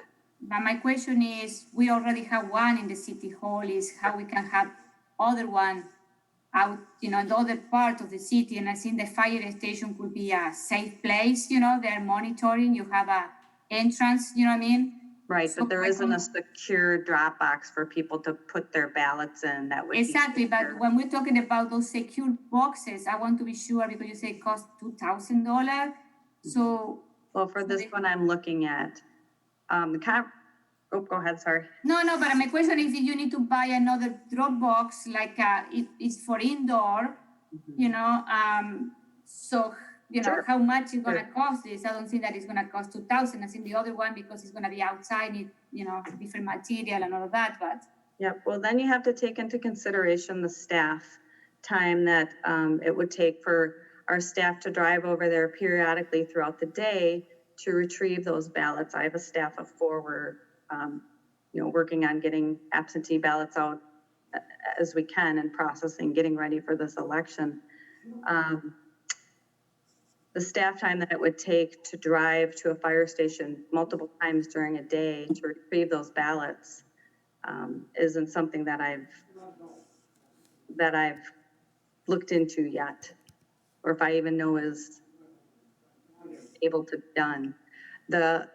The concerns that I have been hearing are more of a drive-up type of a drop box. It's not so much the fact that we just have the one box, it's the fact that people have to physically get out of their vehicle and walk into the vestibule. So the concerns I've heard have been more of like a drive-up type of a drop area. Well, the concern that I have read and I have been asked are people to have other places beside the city hall. This is what I asked in that question. Yep, and those places, the surrounding communities that I've reached out to, those boxes have always been in place. They've always been utilized for other things. They're just incorporating them. They haven't purchased them and put them there. So for next council meeting, can you have an idea how much are gonna cost the indoor boxes if we want to install it in the fire station or in the library? Well, the library has one. They've got that. Oh, okay. And I did talk to the library director about possibly being able to use that. So there are discussions out there. We're working on things as fast as we can. So. Okay. All right, before we go to the direct referrals, I need a motion to extend the meeting. Move to extend half an hour. Second. All right, I heard a second to extend 1/2 hour. All in favor of extending a half an hour, say aye. Aye. And opposed, nay. All right, the ayes have it. I'll extend for another half an hour. All right, first direct referral. I believe this is a senior center thing. Dorothy, do you want to do the resolution for this? I am not prepared for that. All right, does someone else want to read this for me? I can certainly read it, but I can't speak to it. That's okay. If you just want to make the motion, that's great. Or move resolution R15520, field education affiliation agreement with UW-Madison School of Social Work. All right. Is there a second? Second. I heard Randy first. Pat, do you want to speak to this? I believe it's the senior center working with the School of Social Work for their students to get their education they need, but. Yeah, that's exactly right. This is for the intern at the senior center. All right, so something that we're helping them get their hours. It's a little more challenging this year because of COVID, but they're still gonna help them out as much as we can. Yeah. Any questions? All right, all in favor, say aye. Aye. And opposed, nay. All right, that is approved. And Dorothy, you want to do this one? Yeah. Like to move resolution, what did we call it now? R15920, change of district for District 1 polling location. Is there a second? Second. Seconded by Joe. All right, did finance approve? Yes. They did, all right. What's this, Dorothy? This is a request that has come up a number of times over the years, asking to, the old fire station had closed in 2017, and we've been trying to bring elections back into the district pretty much ever since then. When they built the church, there were many discussions with the folks at the church, saying that a big part of their intent was to be a community center church, which would include being a polling location. So this was set up for it. I've asked probably for at least a year about this particular site, and the answer has always been no. And I finally decided to just write a resolution and kind of be a little more heavy-handed rather than just asking staff if we can do something and getting another no answer. All right, I've got a few resident things here. First, we have someone who is stuck with us. Shelley, it looks like you're on there, and if you would like to speak to this, that'd be great. Right, thank you. Before I knew about Alder Krause's resolution, I emailed some of you to express my concern that I did not think that the polling sites were as accessible for every resident as it should be.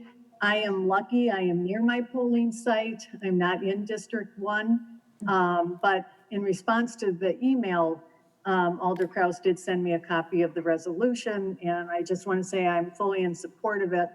I think, as everyone knows, this is an important election coming up in November, and it's going to be a difficult one for many reasons.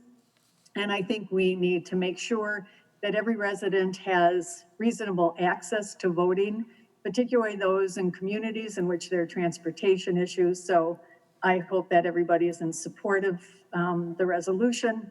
I know it's not part of the well, I think in the resolution there was also reference to using that as an early voting site. And I think it's important also to spread out our early voting sites, not just those at City Hall. So again, those with some transportation issues have more ready access. And I will be also very interested in the update about the ballot boxes, the drop-off boxes. I think it's critically important that there be more access to ballot boxes than one at City Hall. I'm glad to hear that there might be a drive-up, but I think at that cost, the city needs to send a message to every resident that their vote is important and that the city will do whatever it can to provide reasonable access. All right, Thank thank you. you. Thank you. I've got a couple emails. This is Katie Tradinick from Fitchburg. Dear Mayor and Council members, in past elections, I've ridden my bike from the Jamestown neighborhood to vote at the new fire station south of McKee Road. Crossing McKee Road from the Badger State Trail during rush hour traffic was mildly disconcerting. With recent road construction, this intersection has become even more dangerous. Moving District 1's polling place to Redeemer City Church makes voting more safely accessible to many of District 1's residents. It will allow a more fluid movement of people through the space, allowing easier adherence to county and state public health mandates. This election season bears many challenges as our community struggles with the COVID-19 pandemic. I urge you to vote in support of this change to protect the safety of District 1 residents and the health of the city of Fitchburg as a whole. I've got one more here. I am writing, this is from Patrick McCutcheon from Fitchburg. I am writing in regards to the above resolution to the Finance Committee, which proposes moving the location of the District 1 poll, effective for the November 3rd election. I ask that the alders vote this resolution down. I am one of 2 chief inspectors for the District 1 polling location. I agree that when this polling location moved from the old fire station on King James Way to where it is now at Marketplace, it caused an extra burden for the residents of District 1. There is no easy way to get from the district to the Marketplace station. I also agree that the Redeemer City Church location provides a more accessible site for the residents of District 1. I did visit Redeemer City Church this morning with City Clerk to evaluate how an election would be handled at this new location. There are some issues that would definitely need to be addressed prior to any election, those being a trip issue on the pathway into the church and the need for poll workers to park in adjacent lots. If the adjacent properties don't allow poll workers to utilize their lots during the election day, the workers would take up a majority of the spaces, thereby causing problems for residents coming to vote. An agreement must be completed before any election should be held. The trip issue really speaks for itself. The concrete is raised at one point on the pathway, which poses a real safety hazard for persons, especially in limited light during the morning and early evening voting. The building itself is very well laid out to handle an election in a non-COVID time. However, given that we need to maintain social distancing, we had some real concerns with how we would set up the check-in tables and the voting booths to maintain at least a 6-foot separation between voters. I believe we will be limited in the number of voting booths we can set up and still maintain 6 feet between each one. I'm also not sure where we would be able to set up the express vote machine and be able to plug it into an outlet without cords running across the floor. Don't get me wrong, Marketplace Fire Station has similar issues with space. We have laid it out during the last 2 elections and are comfortable with what we set up. We feel we can make it work for the November 3rd election. Our setup at Redeemer City Church is something we would be guessing at, which doesn't seem like a good idea for an election of the magnitude November 3rd will be. Which brings me to the main reason I'm asking to vote down this resolution. A change in polling location for District 1 residents just before this election will cause all kinds of confusion. When we moved to Marketplace Fire, we had numerous residents who expressed frustration over the change. This election, we will probably see more votes than any other in recent memory. Yes, many people would be voting by mail, but with the recent controversy over the USPS, there will be a significant number of voters who are going to opt for in-person voting. The city clerk indicated they would need to send out a mailing to folks to let them know of the location change. How many times do they send that notification out?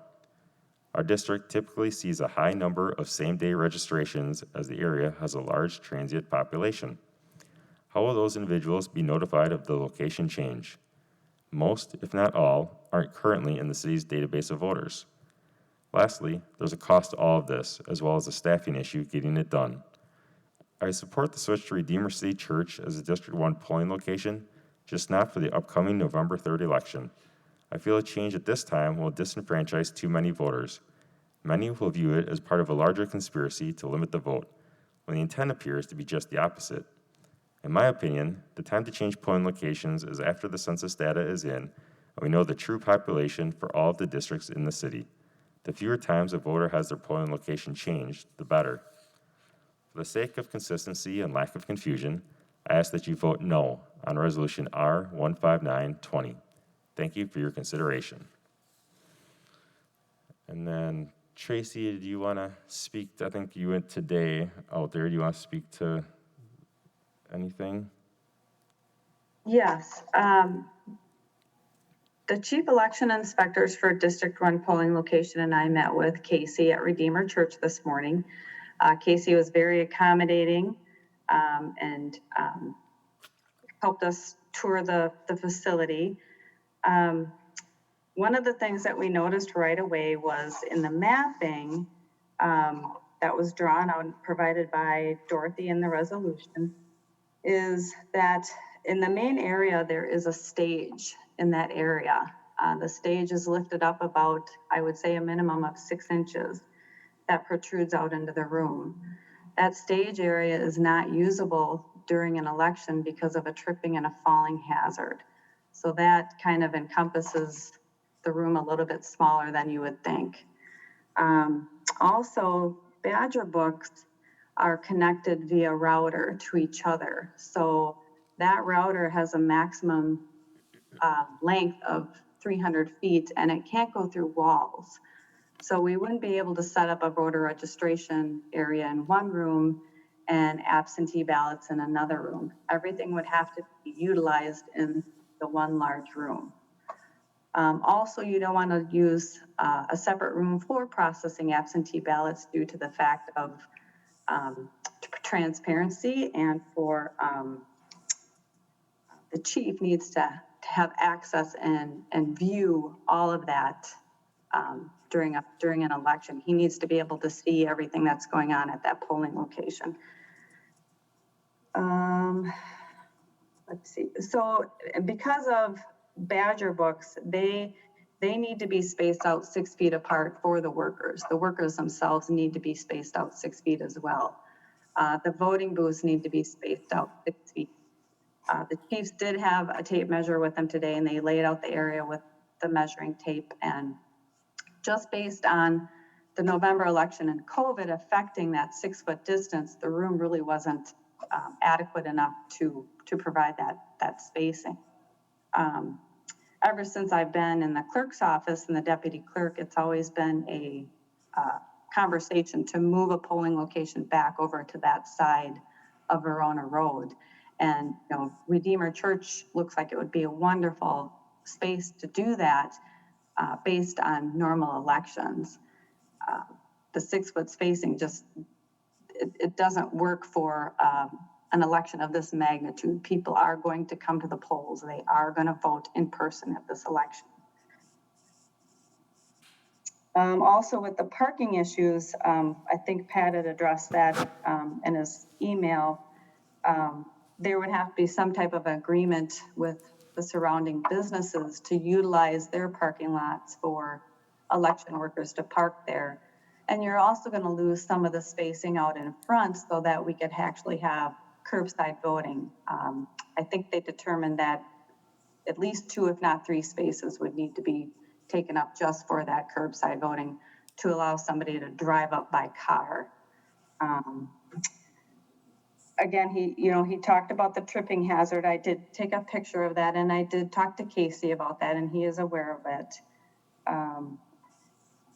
And we did do a layout of, a drawing of the map that you had provided, Dorothy, where they would come in the door and they would go on the one side of the pillar, and I don't know if you can bring the map up, but then they would enter into the atrium through the far door and then travel around, enter out through the rear door, and then go out the exit door. So it would be one big circle. However, we can't use those extra rooms for anything other than maybe the poll worker break room. Let's see. And then there was also talk about, we'd have to have a contract probably made up so that we could have dates and times created, and, wording for possible insurance issues that would need to be overseen by the attorney as well. The other chief had mentioned to me that the lighting was kind of an issue. In November, it's going to be very dark in that area. And then he had another concern about there not being a sidewalk on the King James Road area for people to actually walk to that polling location. They'd have to actually walk out into the road. So yeah, those were just some things that we saw just from the initial walkthrough. The next step would be, does the equipment work there? All right. And questions? All right. Yep. I've got Randy, and then I think Julia raised her hand as well. So you're after that. Go ahead, Randy. I do have a couple questions. First question is for Tracy, and you mentioned equipment, but I'm assuming the equipment or the voting machines themselves, you need some type of internet service? Right. Casey did mention that they do have internet service there. So what we do is we have laptops set up that have access to the MyVote website. And this is to allow for voters to look up and see if they are registered to vote, if they're at the right polling location. If there is a failure with the Badger books and we need to revert back to our paper poll books, I'm sorry, it's late. Then they use the MyVote website to register voters. And with that internet service, is this just a typical, normally when you, at least my experiences with the community center for voting, and you're associated with the city hall. Now, the church has internet service, but do you need anything more than just internet? Are you talking about fiber to the building? Do you need some high-speed data, fiber line? No, just internet service as it is, just to make sure that when we place the Badger books in the room together via the router, that space accommodates the Badger books to talk to each other. Okay, all right, I just want to make sure, because I'd hate to get down to the very last day if we move forward. Right, and then at the end of the night, the results are modemed to the county through the DS200 tabulator machine. Okay, all right. So that is through an internet connection as well, so that needs to be tested. Okay, and all that testing would take place prior, of course. It would have to. Yep, okay, very good. I had no doubts. I had to ask the question. My other question is to Dorothy. Dorothy, we went around with a similar question, I don't know, 6 weeks ago, council meeting. And I expressed my support for a second polling place in District 1, and there was a number of reasons we could not do that at this time. It was, we had a machine we'd have to purchase, and there's dollars and so forth, and we all know how that all turned out. My concern, and then this location came up as a possible second location. I'm a little frustrated that we're pulling out of one location to go to this location, so what does that do to the other half of District 1? Do you propose that next year that we put in another location back at the fire station, or do you have another location lined up for the eastern half of the district? If you do not, you seem to be favoring one side of the district over the other. I don't know, they're just some concerns of mine. Dorothy, can I jump in on that one? Sure. Mm-hmm. Sure. And okay. I probably will also. Yeah. So this is the challenge with the district. I think when you look at where the polling location currently is, I don't think it necessarily favors the eastern side of the district either, unless you live in the Pine Ridge neighborhood, which there are some apartments and homes there, but I would fair to say most of them probably have reliable transportation. The current location versus the proposed location is about the same distance from Dunn's Marsh, which is where you're more likely to see people without transportation. So next year, you will have my support on a second polling location. Where do you plan to put it on the eastern side? I suspect it'll be on the eastern side. I hope your answer is, well, we're going to put it in the fire station.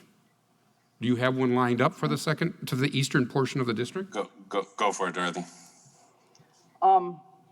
This church is very literally just up the block from the place where the entire district has voted probably ever since it's been a city. Yes, I know.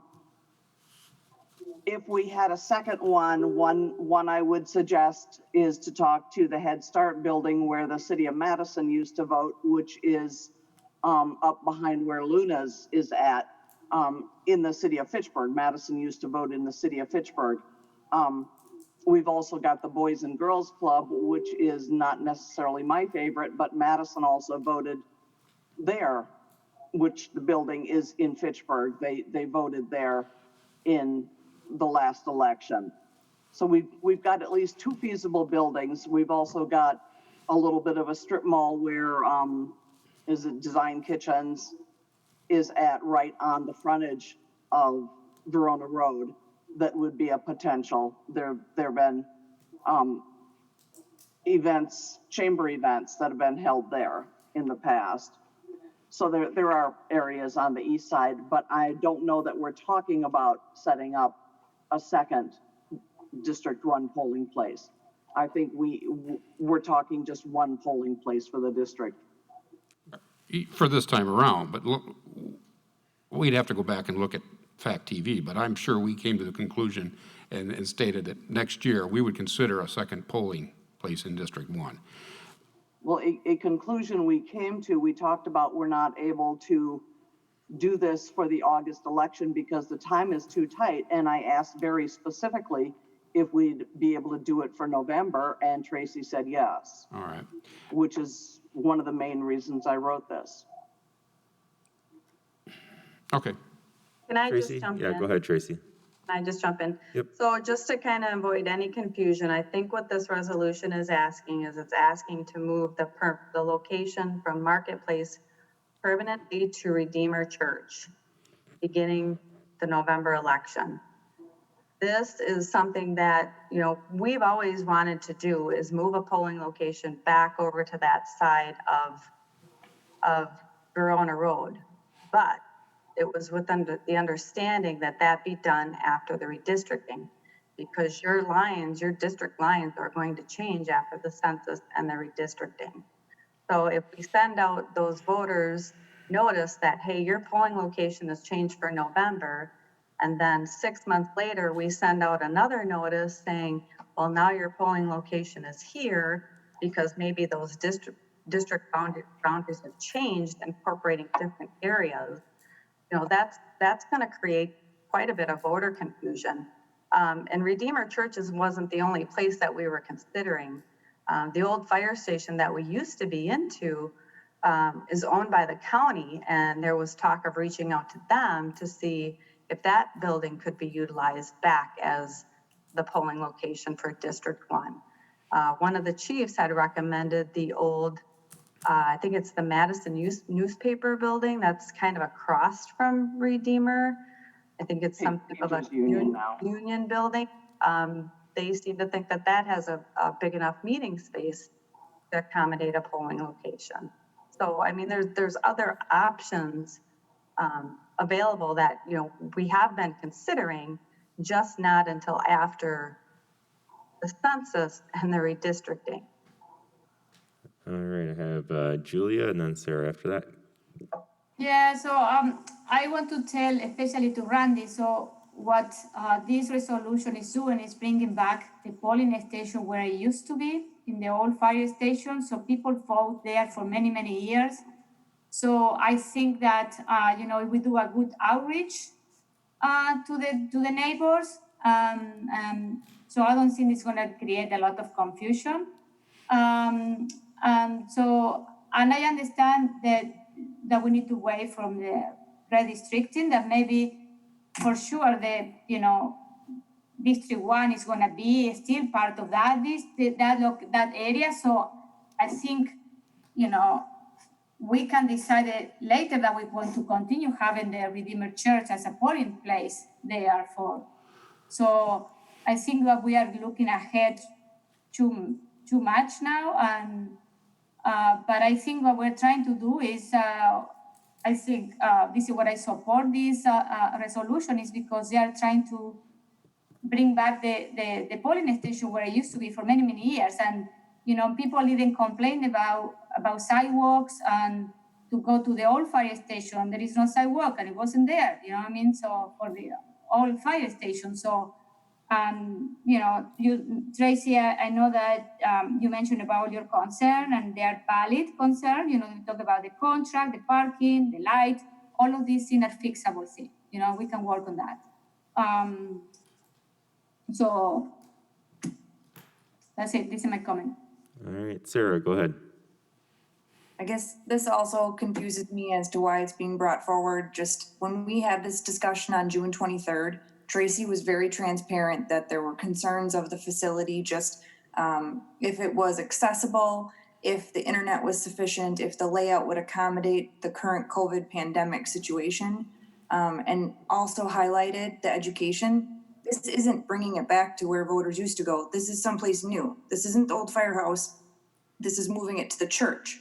So it is having to have residents move back and forth and educate. And I know voting is immensely important. People need to get out and vote. We need to make it as easy as possible. I like the idea of adding the church as a polling location, but I really thought in the June meeting, we felt aligned that just more research had to be done, and we needed to keep in mind that we didn't want to confuse residents. I know personally I've gone to the wrong voting location when things were changed around for polling locations, and it's frustrating. We don't need to be adding any type of hurdles of confusion to get voters as convenient as possible, because it's so important. So I fully support the idea of adding this as a polling location, but I don't think it's the right time. That I think let's trust the experts that are saying that just right now, the layout isn't accommodating to what we want to do. It potentially isn't safe. That I think let's look to this in the future. I love the idea of there being another voting location that's more accessible. That's insanely important. but just let's think it through, trust the experts as to how it's safe and can meet our needs. Pat, I have a question for you. Sorry, Gabrielle, I'll get to you next. But this actually, a minimum, if this passes, there is some kind of financial impact. At minimum, we have to do a mailing letting people know of the new location. And there's nothing in this resolution to I guess, pay for that. And so I don't know that we can approve this tonight. And I know because of the budget component to it, I think we need a 2/3 majority to approve it as well. I guess, I'm wondering, I guess, in your thoughts, you know, do we still take a vote? And if it passes, then, well, it doesn't really pass, has to come back with the financial implications?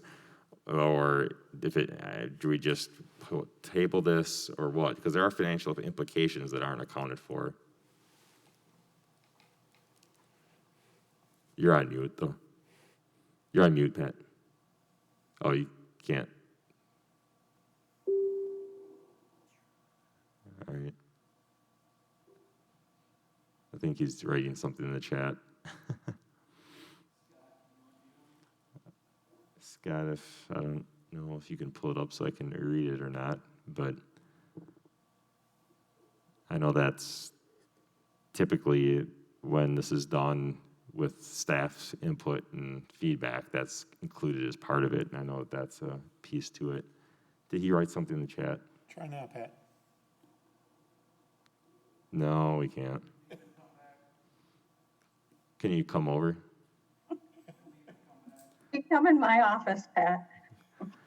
All right, before we go any further, it's 11:26, and I need someone to move to extend the meeting. Motion to extend the meeting by half an hour. Is there a second? Second. Second by Dorothy. All in favor of extending half an hour, say aye. Aye. And opposed, nay? All right, we are extended for another half an hour. Hello, Pat. Hi, how are you? Can you hear me? Yes, we can. Okay. Yeah, that is the case. It would require a budget amendment. It's because there is financial considerations here, so I don't believe this item could be voted on tonight with that in mind.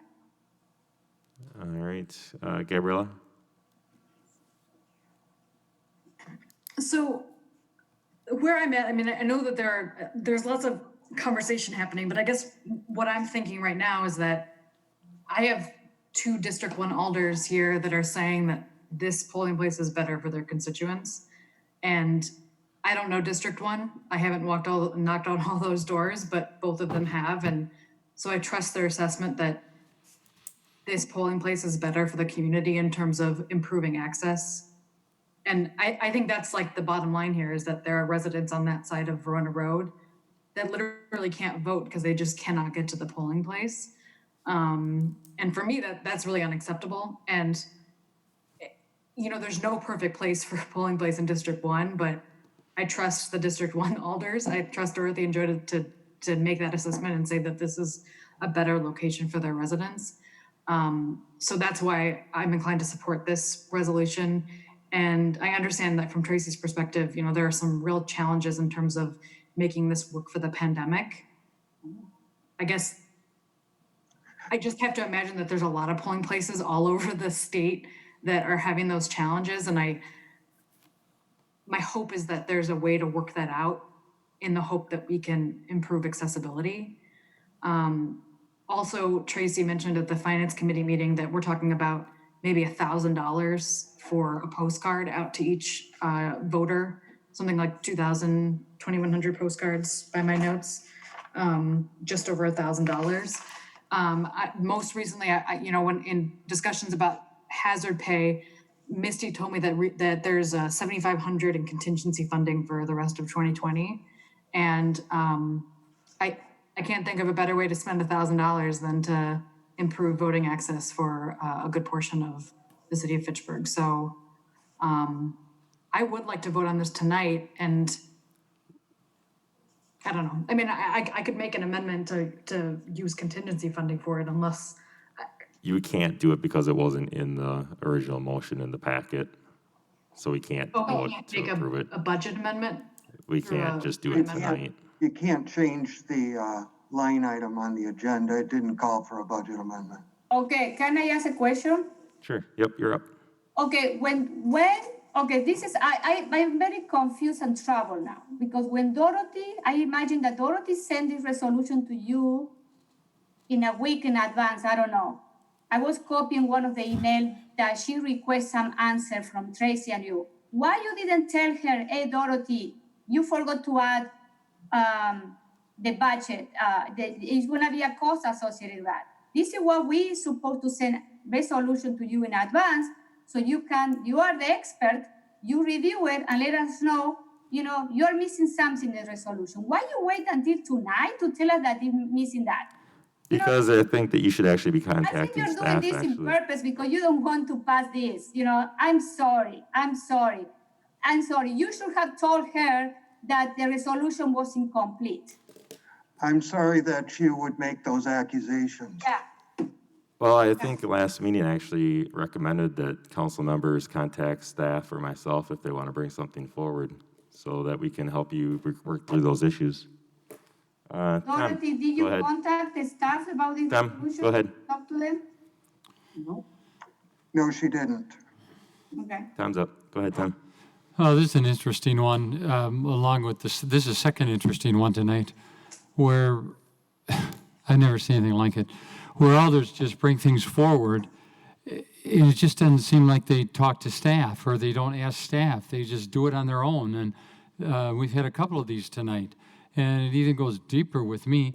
I'm watching the Finance Committee tonight, and oh my gosh, 2 of the alders didn't even get their questions answered, and it just pushed through. And it's just like, wait a minute, what's going on here?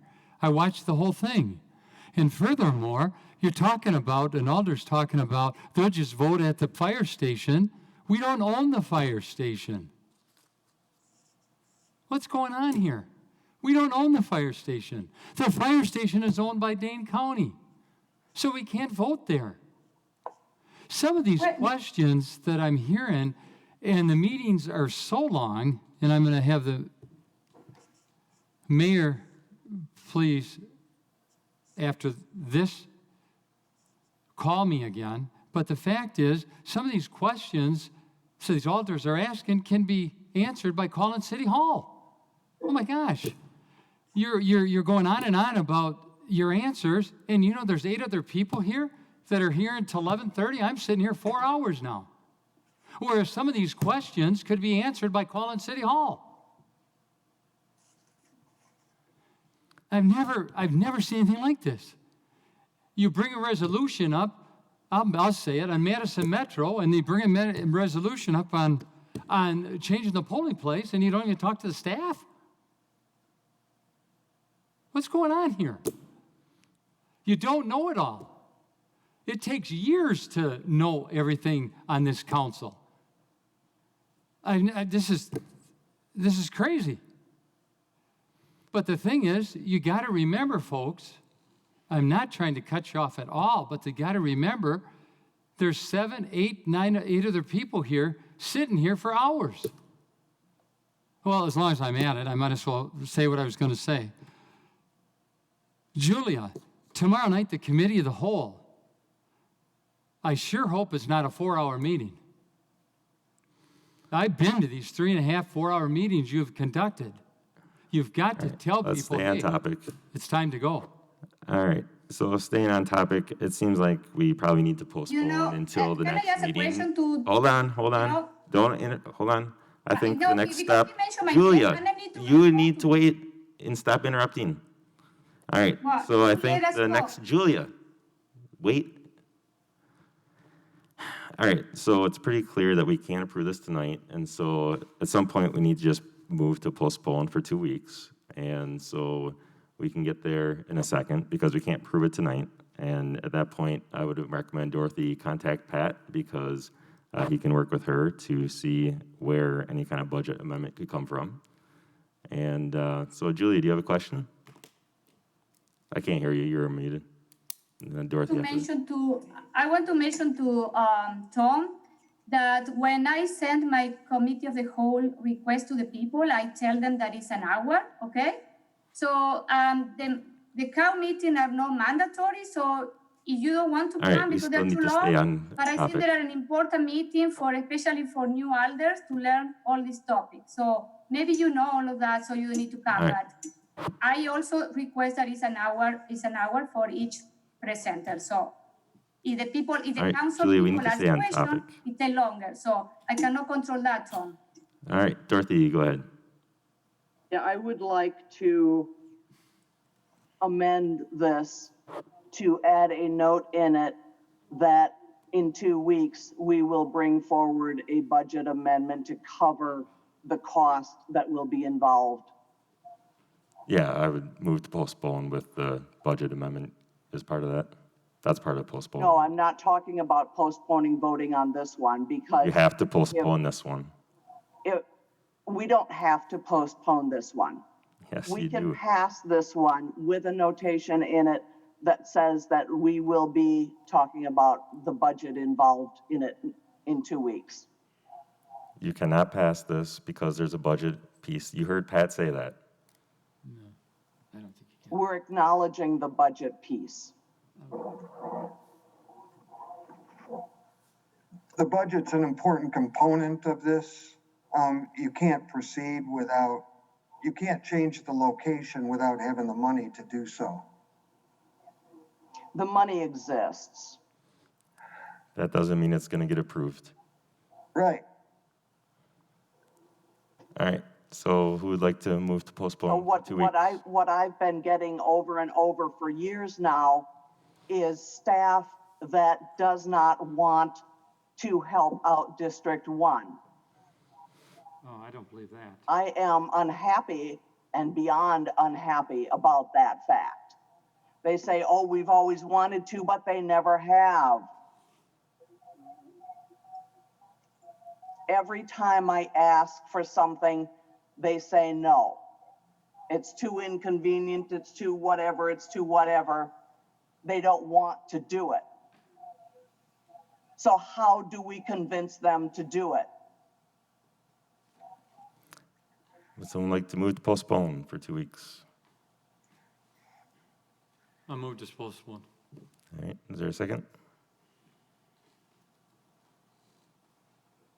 All right. Second. Oh, second by Sarah. All right.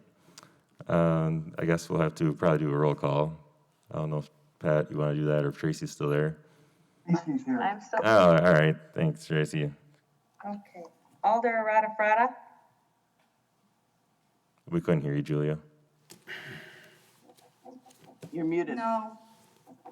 Alder Clouder, Aye. Alder Gerhard, No. Alder Krause, No. Alder Maldonado, No. Alder Schroeder, Aye. Alder Strassman, Aye. Alder Udell. Aye. We have a tie. Aye. All right. Next committee of the whole meeting is tomorrow night, and next common council meeting is on September 8th. Is there a motion to adjourn? Move to adjourn. Second. All right. All in favor, say aye. Aye. Aye. Opposed, nay. All right. See you tomorrow night.